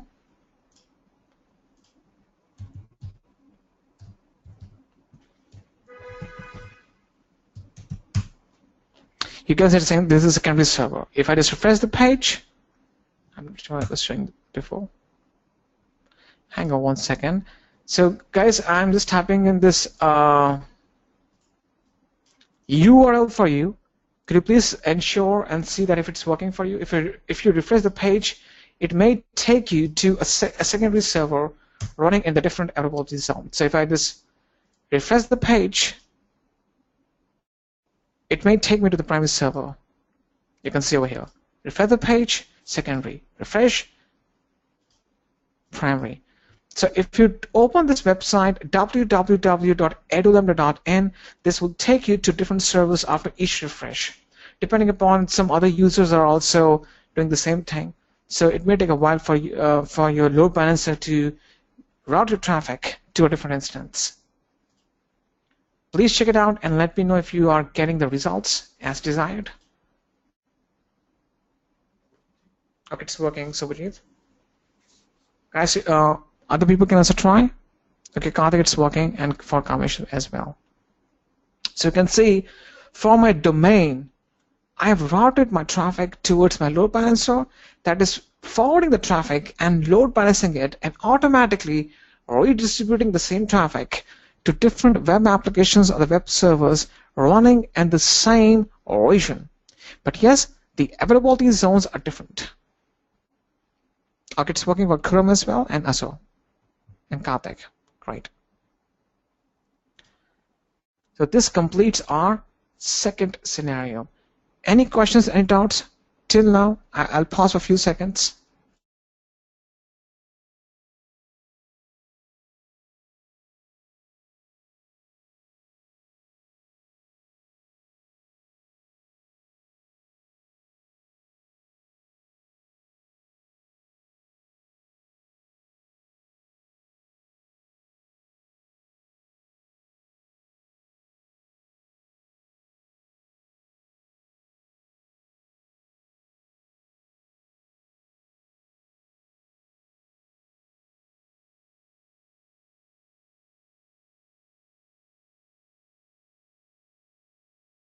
I guess there are no questions right now. Now, let's discuss our third scenario. Now, I've set up the lab for the third scenario as well. In the third scenario, what we will do is that we have these two different VPCs. This VPC belongs to my Northern California region, and there's a separate VPC running in the North Virginia. So I have one instance. Over here, I have the primary instance that I represent as P, and in the North Virginia, I have a backup instance that I just represent as B. Now, in a normal situation, whenever an external user opens his desktop and opens a browser and types in my domain edulambda.in, and the short form is written as ed.in, it should resolve to the IPv4 address or the public IP address of this primary server running in the Northern California. Apart from that, I have a R53 health check that performs the health check for this towards this primary server to ensure that it's up and running. Now I have created my record sets in such a way that if this primary server goes down, the R53 will get to know that there's something wrong, and it will show that this primary server or the main server running in the Northern California has failed the health check. Consequently, what it will do, the R53 will route the user's traffic to the backup server running in a different region of North Virginia automatically. So this is the third scenario that we're gonna implement or deploy right now or apply right now. So let me just remove the drawing. So let me just go back to this test dashboard.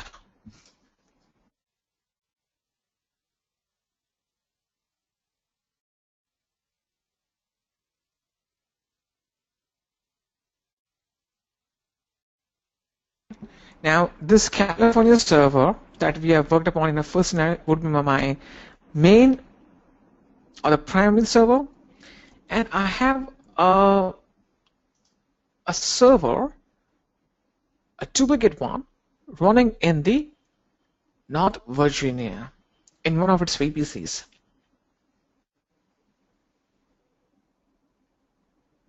Right. So if I copy and paste the public IP of my North Virginia server, I open the browser, I paste this thing. It will say this is the North Virginia server, which is my backup or the standard server. Now, to apply or implement this scenario, first thing first, I have to create the health check. So on this R53 dashboard, on the left side, I click on health checks.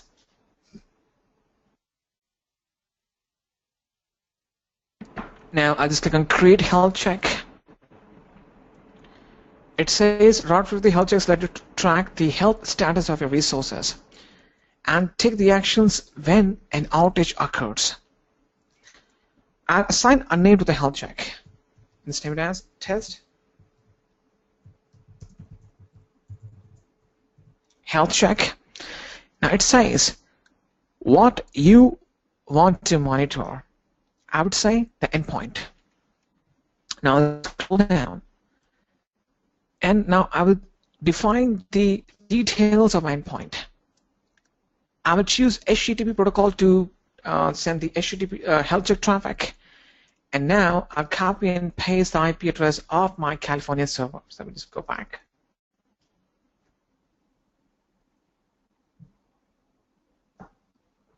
Because I want to perform the health check on my California server, if it goes down, then the traffic should be rerouted to the North Virginia one. So I copy and paste the IP address of my California server. I think this is the one. And the host name, I will keep it a blank. The port will be 80, and the path will be the default web page index.html. There's a default web page or the website that I've deployed, or the web application that I've deployed on this instance. Now, under the advanced configuration, request interval is 30 seconds, which means after how many seconds or consecutive seconds the health check should be performed. I will switch from standard to fast, that is 10 seconds, which means after each 10 seconds, this health check is supposed to perform the health check. Is supposed to perform the send the health check traffic towards this instance. Failure threshold, which means after how many consecutive failed health checks my instance should be declared as unhealthy. From 3, I will keep it as 1. Rest options I don't have to select as of now, and I click on next. I can enable the SMS notification so that if any event occurs or my instance goes down and becomes unhealthy, I get notified. As of now, I choose no, and I click on create health check.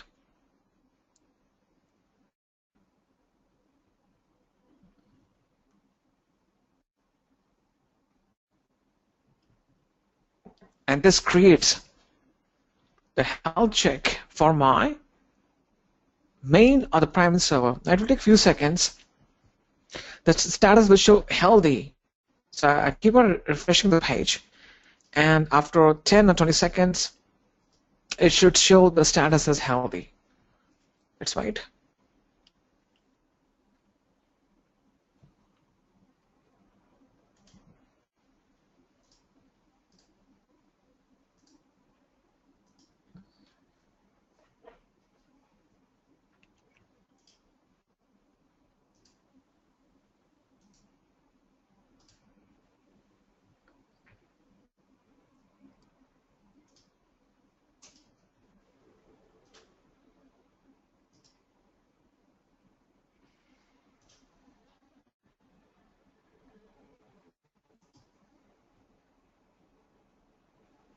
Okay, you can see now the status is showing healthy for this primary California server. So I'm performing the health check on my California server, and I want to create a scenario that if the California server goes down, then the traffic should be routed to the instance running in North Virginia, this one. Okay? So now I managed to create the health check. Now I will start defining my record sets. I go to my R53 dashboard. I go to hosted zones. And now I will click on the hosted zones at AWS.in, and I will just go ahead and create the record set. This time, I will type the name www2.adolambda.in. I would say that if someone types in this www2.adolambda.in, that should be converted to the A record, that is the IPv4 address. I bring down the TTL to 1 minute and copy and paste the IP address of my California server. Now, the routing policy I will change from simple to failover. Failover record type would be primary, because this is my primary instance. It will automatically choose the set ID for you. You don't have to change that. And now you have to associate this record set with a health check. You would say yes, and you choose a health check that you just created, and hit create. So you created a record set for your main or the primary instance in the Northern California. Now you create a duplicate record set for the North Virginia instance. You click on create record set, type in www2.adolambda.in. The type will be a record, the TTL will be 1 minute, and now I'm copy and paste the IP address of the North Virginia instance. So I go to North Virginia, copy this public IP, and I paste it over here. Choose the routing policy as failover. The failover record type would be secondary, because this is my secondary instance or the backup instance. And for this example, I will not associate with a health check. I will say no and click on create. And now, if I just go to my browser and types in www.edulambda.in, it will take you to the Californian server. I'm copying and pasting this link for you. Please try this one out on your browser and see that if it's working at your end.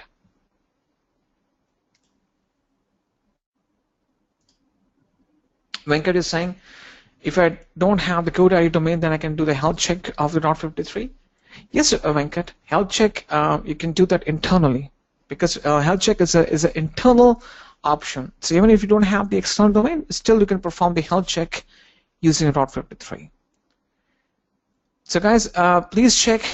You have I've copied and pasted the domain name for you, or you can just type in www.edulambda.in and see if you're getting to the page. I'm going to say, so can I still use it triple-e.xyz.com?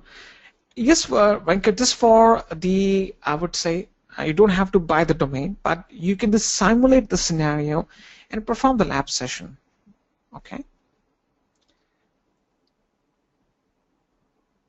It's working, Kamesh, and for Karthik and Subhajit. Venkat, the thing is xyz.com. I'm asking you to create that for the demonstration purpose, but that will not work lively as I'm showing you right now. Okay, but you can still create the houses zones. You can create the record sets, but it will not be active. Okay, you can just create a dummy kind of houses zones. So as I was saying, that it's working for you. All right. So now, what I'll do, I go back to my Northern California region and shut down my instance. I go to California server, go to actions, I go to instance state and stop the instance. Now, it's quite obvious that it will fail the health check.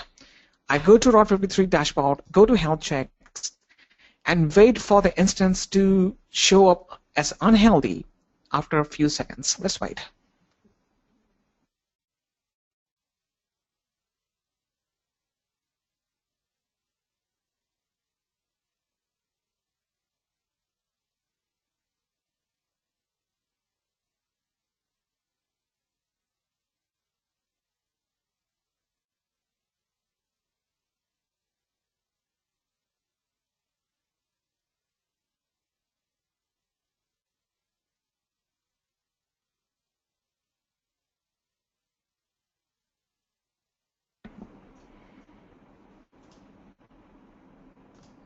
It will take a while for the instance to show up as unhealthy.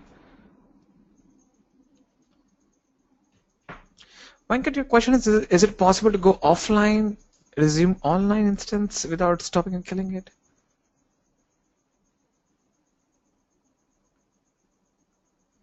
Either you can stop, restart, or you can terminate the instance. There's no pausing the instance, Venkat.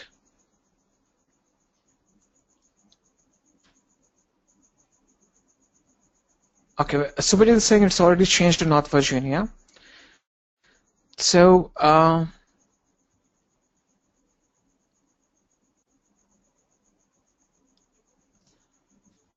if I just refresh the health check, it will show unhealthy.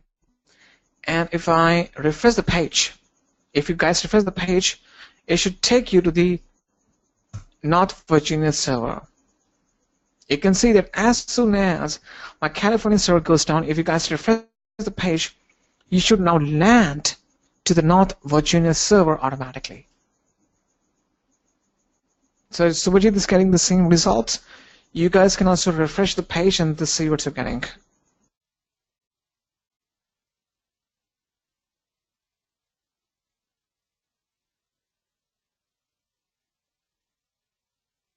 All right. So I suppose that you other people are also getting the same thing. Okay, Kath is saying it's showing the North Virginia. Great. let's move forward now. So this completes the three scenarios that we were supposed to discuss in our Route 53.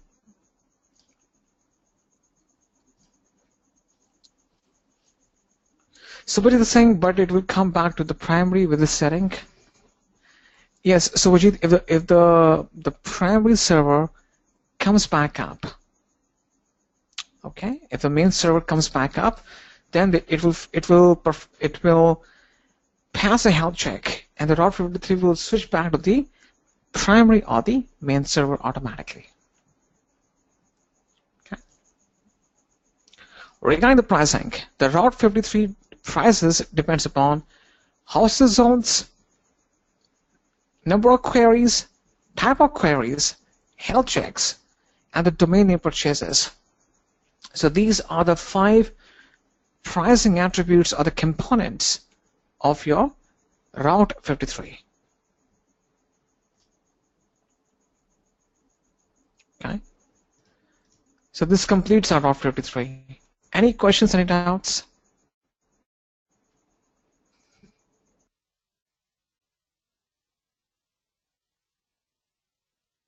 Any questions you guys have? So if you want, you can buy a domain to perform the lab session. Otherwise, you can just create a dummy hosted zone just to check out how the options work out. Okay.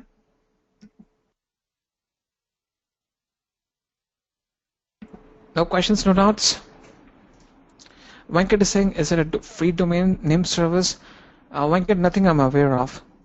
I tried some free domain name services, but they don't work properly. So that's why I purchased this extra domain from GoDaddy. In the future going forward, I may transfer it to the Amazon Web Services, but right now I'm getting a good discount from GoDaddy, so I may or may not switch to transfer this domain to the Amazon Web Services. Yes, so Venkat, you have to check some resources whether you get a free domain, but I don't think so that most of the companies will give you the domain for the trial version. So Bajit is saying for secondary server we haven't attached a health check. So Bajit, in that case we have to create another health check for the secondary server. Okay, if we want to perform the health check for our secondary server, then we can create another health check for it. Right?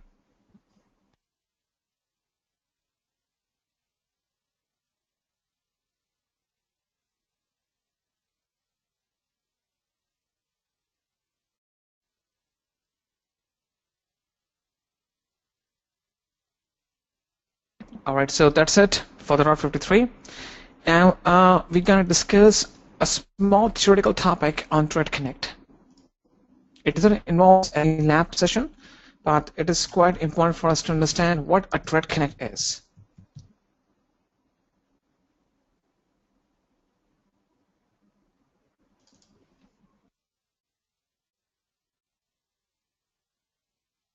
Just give me a second over here.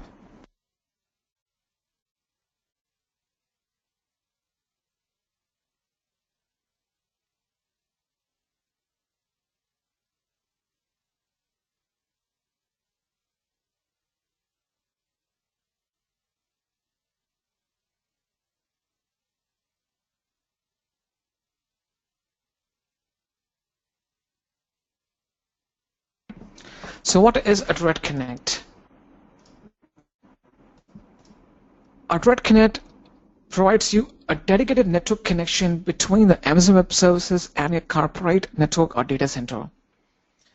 See, you from your data center or your corporate network, you may access your AWS cloud resources over the internet.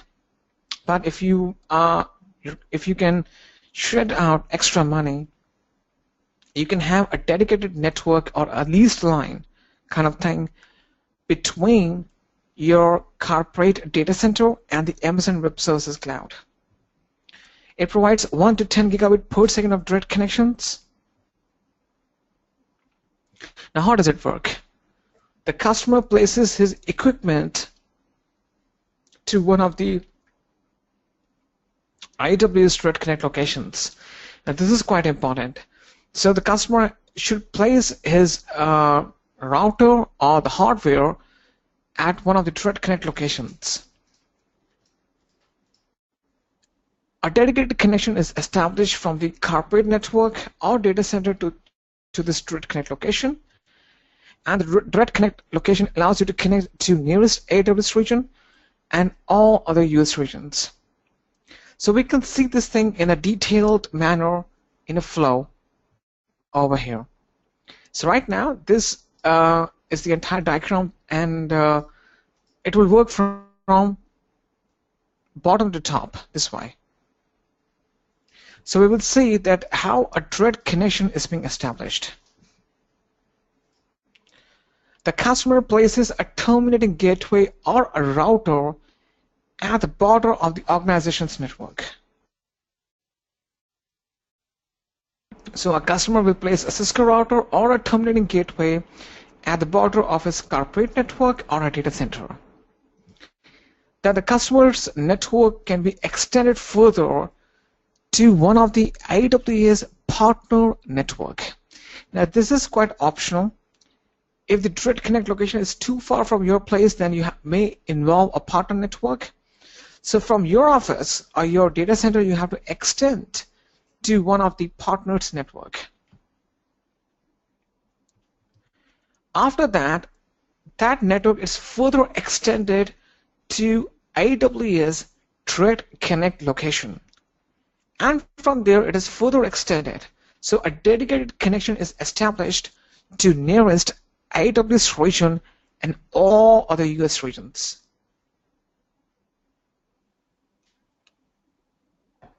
So this is how a thread connection is being established.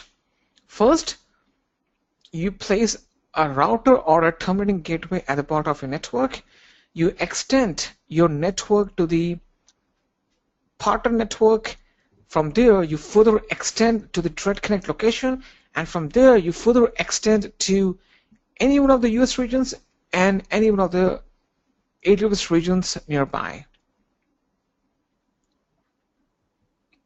Now, what are the advantages you get out of it? You get an enhanced security through 802.1q VLANs. Now, sometimes you may have certain kind of security concerns, because let's suppose this is my AWS cloud or the region, and these are the different companies, and these are their different data centers. Might be this data center belongs to HCL, this belongs to Wipro, this belongs to Accenture. So if they have the direct connections from their data centers towards the region through this feature called 802.1q VLANs, the Amazon Web Services will make sure that these connections are treated as individual. They don't mix with each other.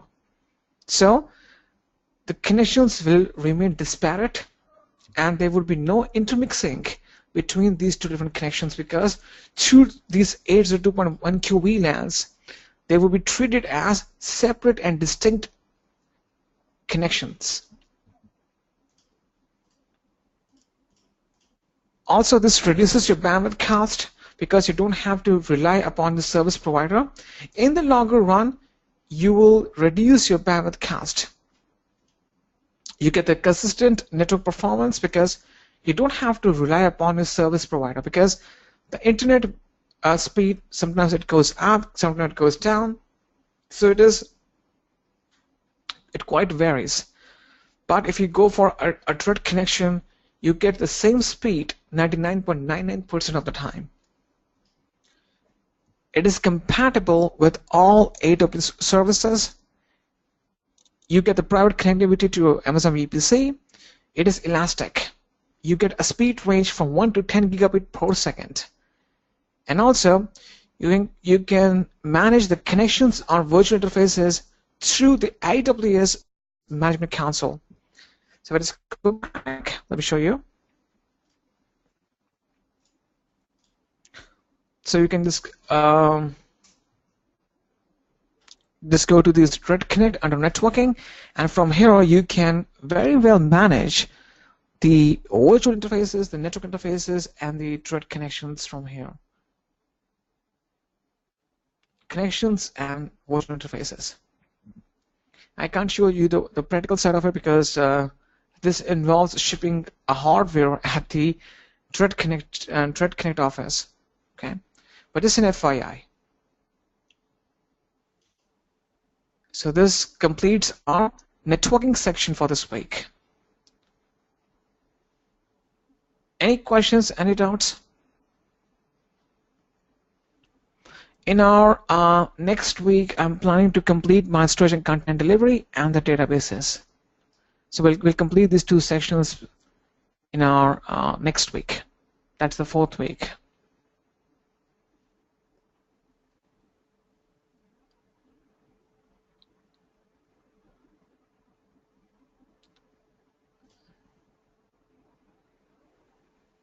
Venkat is saying when to use the Thread Connect practical scenario. Venkat, the thing is that there's no any kind of scenario that I can suggest right now. For example, if you, let's suppose that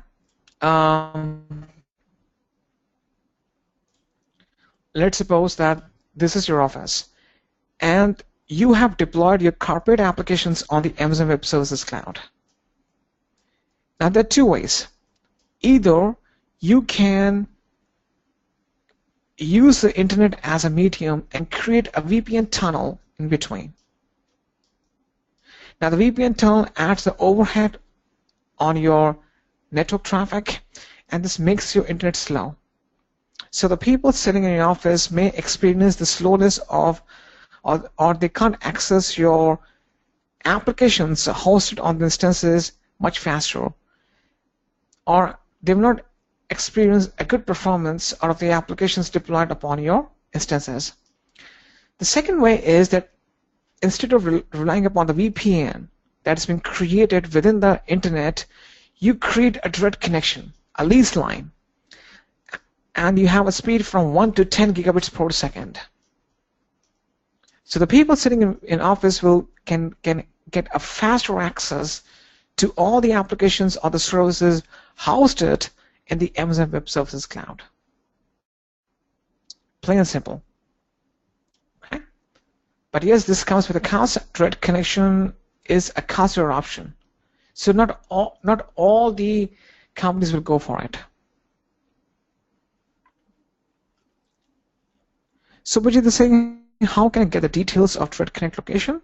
So Subhajit, for your deployment, I'm not sure what details you're talking about, but if you want to check out the details that whether your company has deployed the Thread Connection or not, you have to go to the Thread Connect over here and under the networking, and you can see very well whether the connections and the virtual interfaces are active or not. Okay.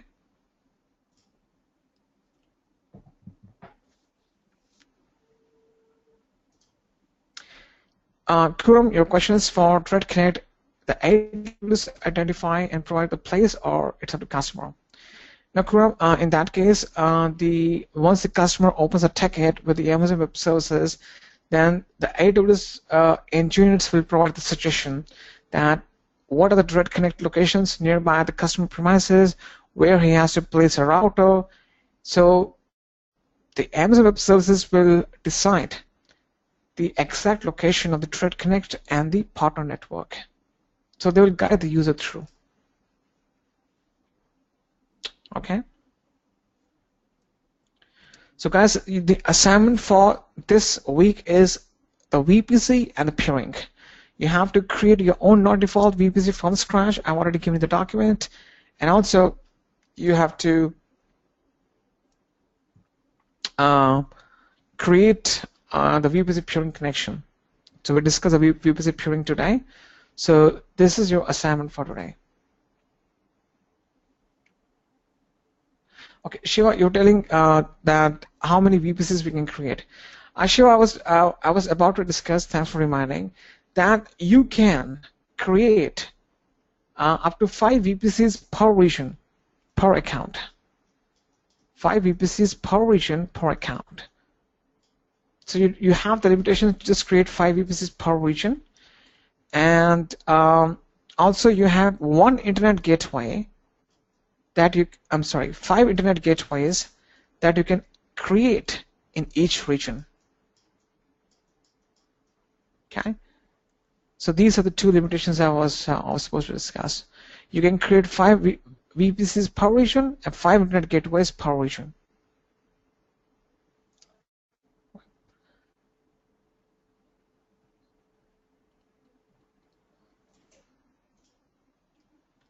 Any questions, any doubts?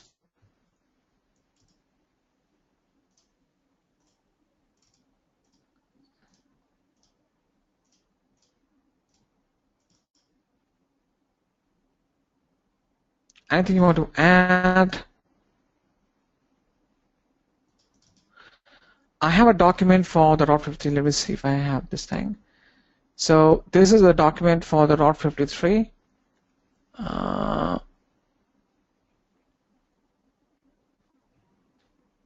This is how to create a record set, showing the steps right now. But this is a very small document, so I'm just copying and pasting this document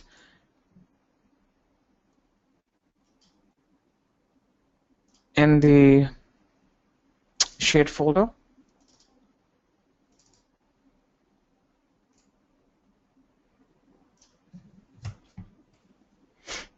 This is session 6.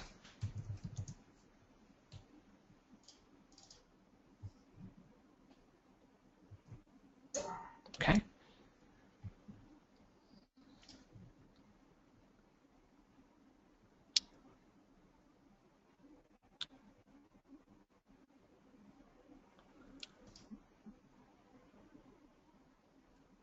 Somebody was saying, just to know, should we send this assignment to Adrega support team or any other? You don't have to send it anywhere, Subhajit. You have to practice by yourself, because these are not given by Adrega. These are the one that is created by myself. The one that's being there in the LMS that you can create, you can perform and submit that. But these one you don't have to do and submit, and you don't have to submit to Adrega. This one that I'm giving you.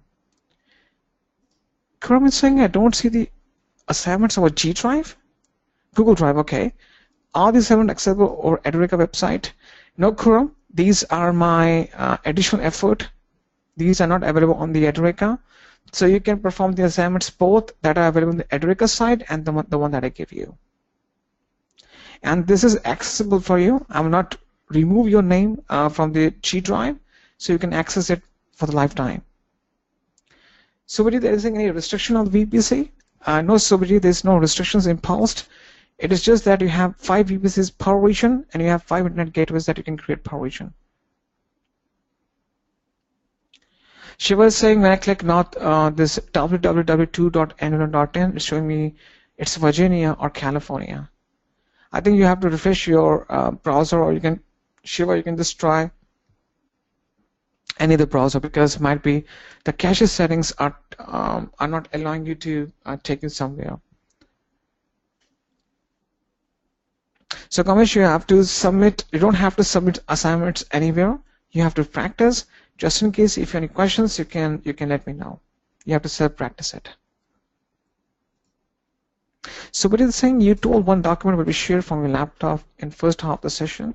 So but there was no document. I was supposed to discuss the limitations using a PPT slide. That I've already discussed that without PPT. The document that I was supposed to share, I already shared that to the Google Drive. Okay. Kamesh is saying can't see the latest files. Kamesh, it will take some time to replicate. Okay. Kuram is saying I see only 2 assignments. Kuram, you should give me. I'm not sure whether you gave me your email address yesterday. Just give me your email address so that I can align you to the G Drive so that you can access all the documents without any issues.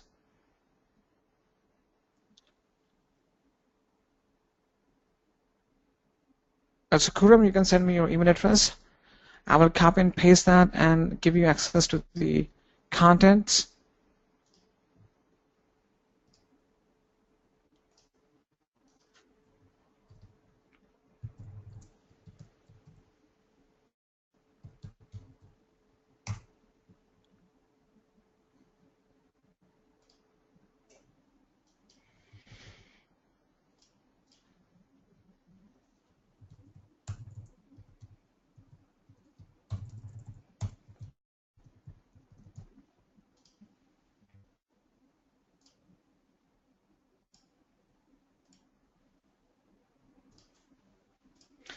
So Karam, can I have your email address, please?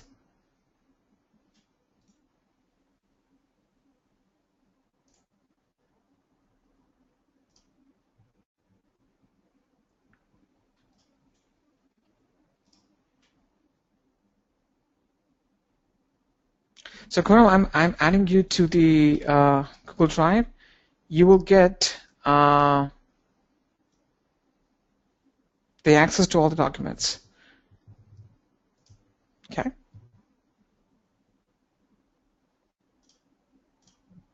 So after a few seconds, you'll be able to see all the documents from your side. All right.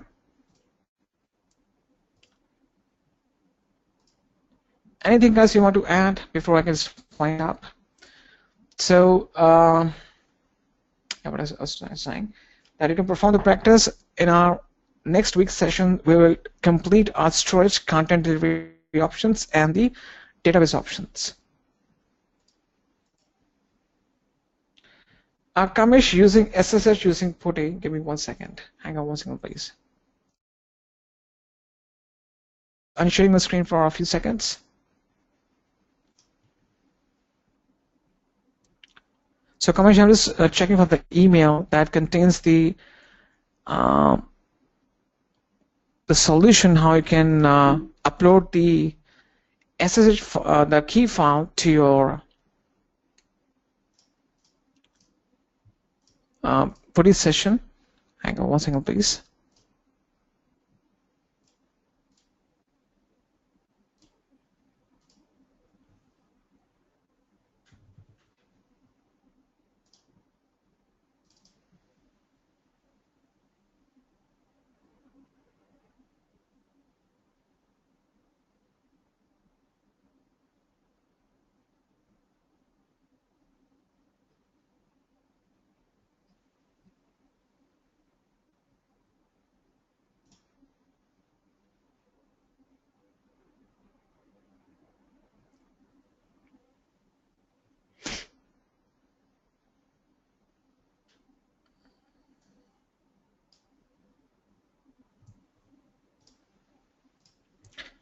Okay.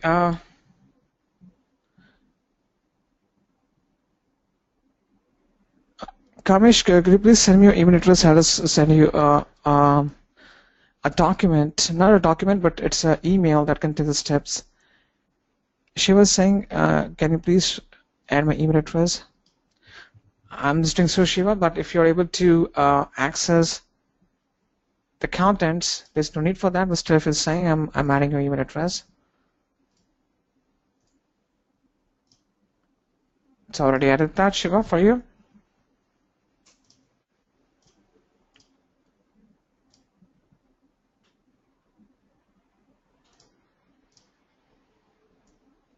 So would you just give me your email address? I'll send you the document as well. Not the document, but it's a step to how to upload the SSH file. Yeah. So would you just give me your email address? Where's that?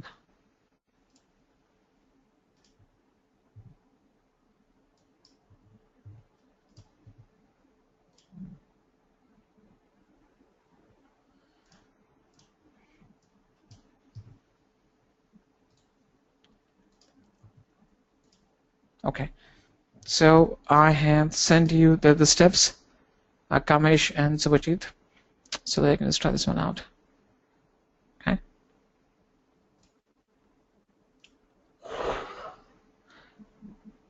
Kamesh, you want the PPT for the R53? The PPTs are not that much required. I'm not sure why you're asking for that, but I just drag and drop the PPTs right now. Let's copy this one. And I just paste in the slides. Okay, you can exit the same.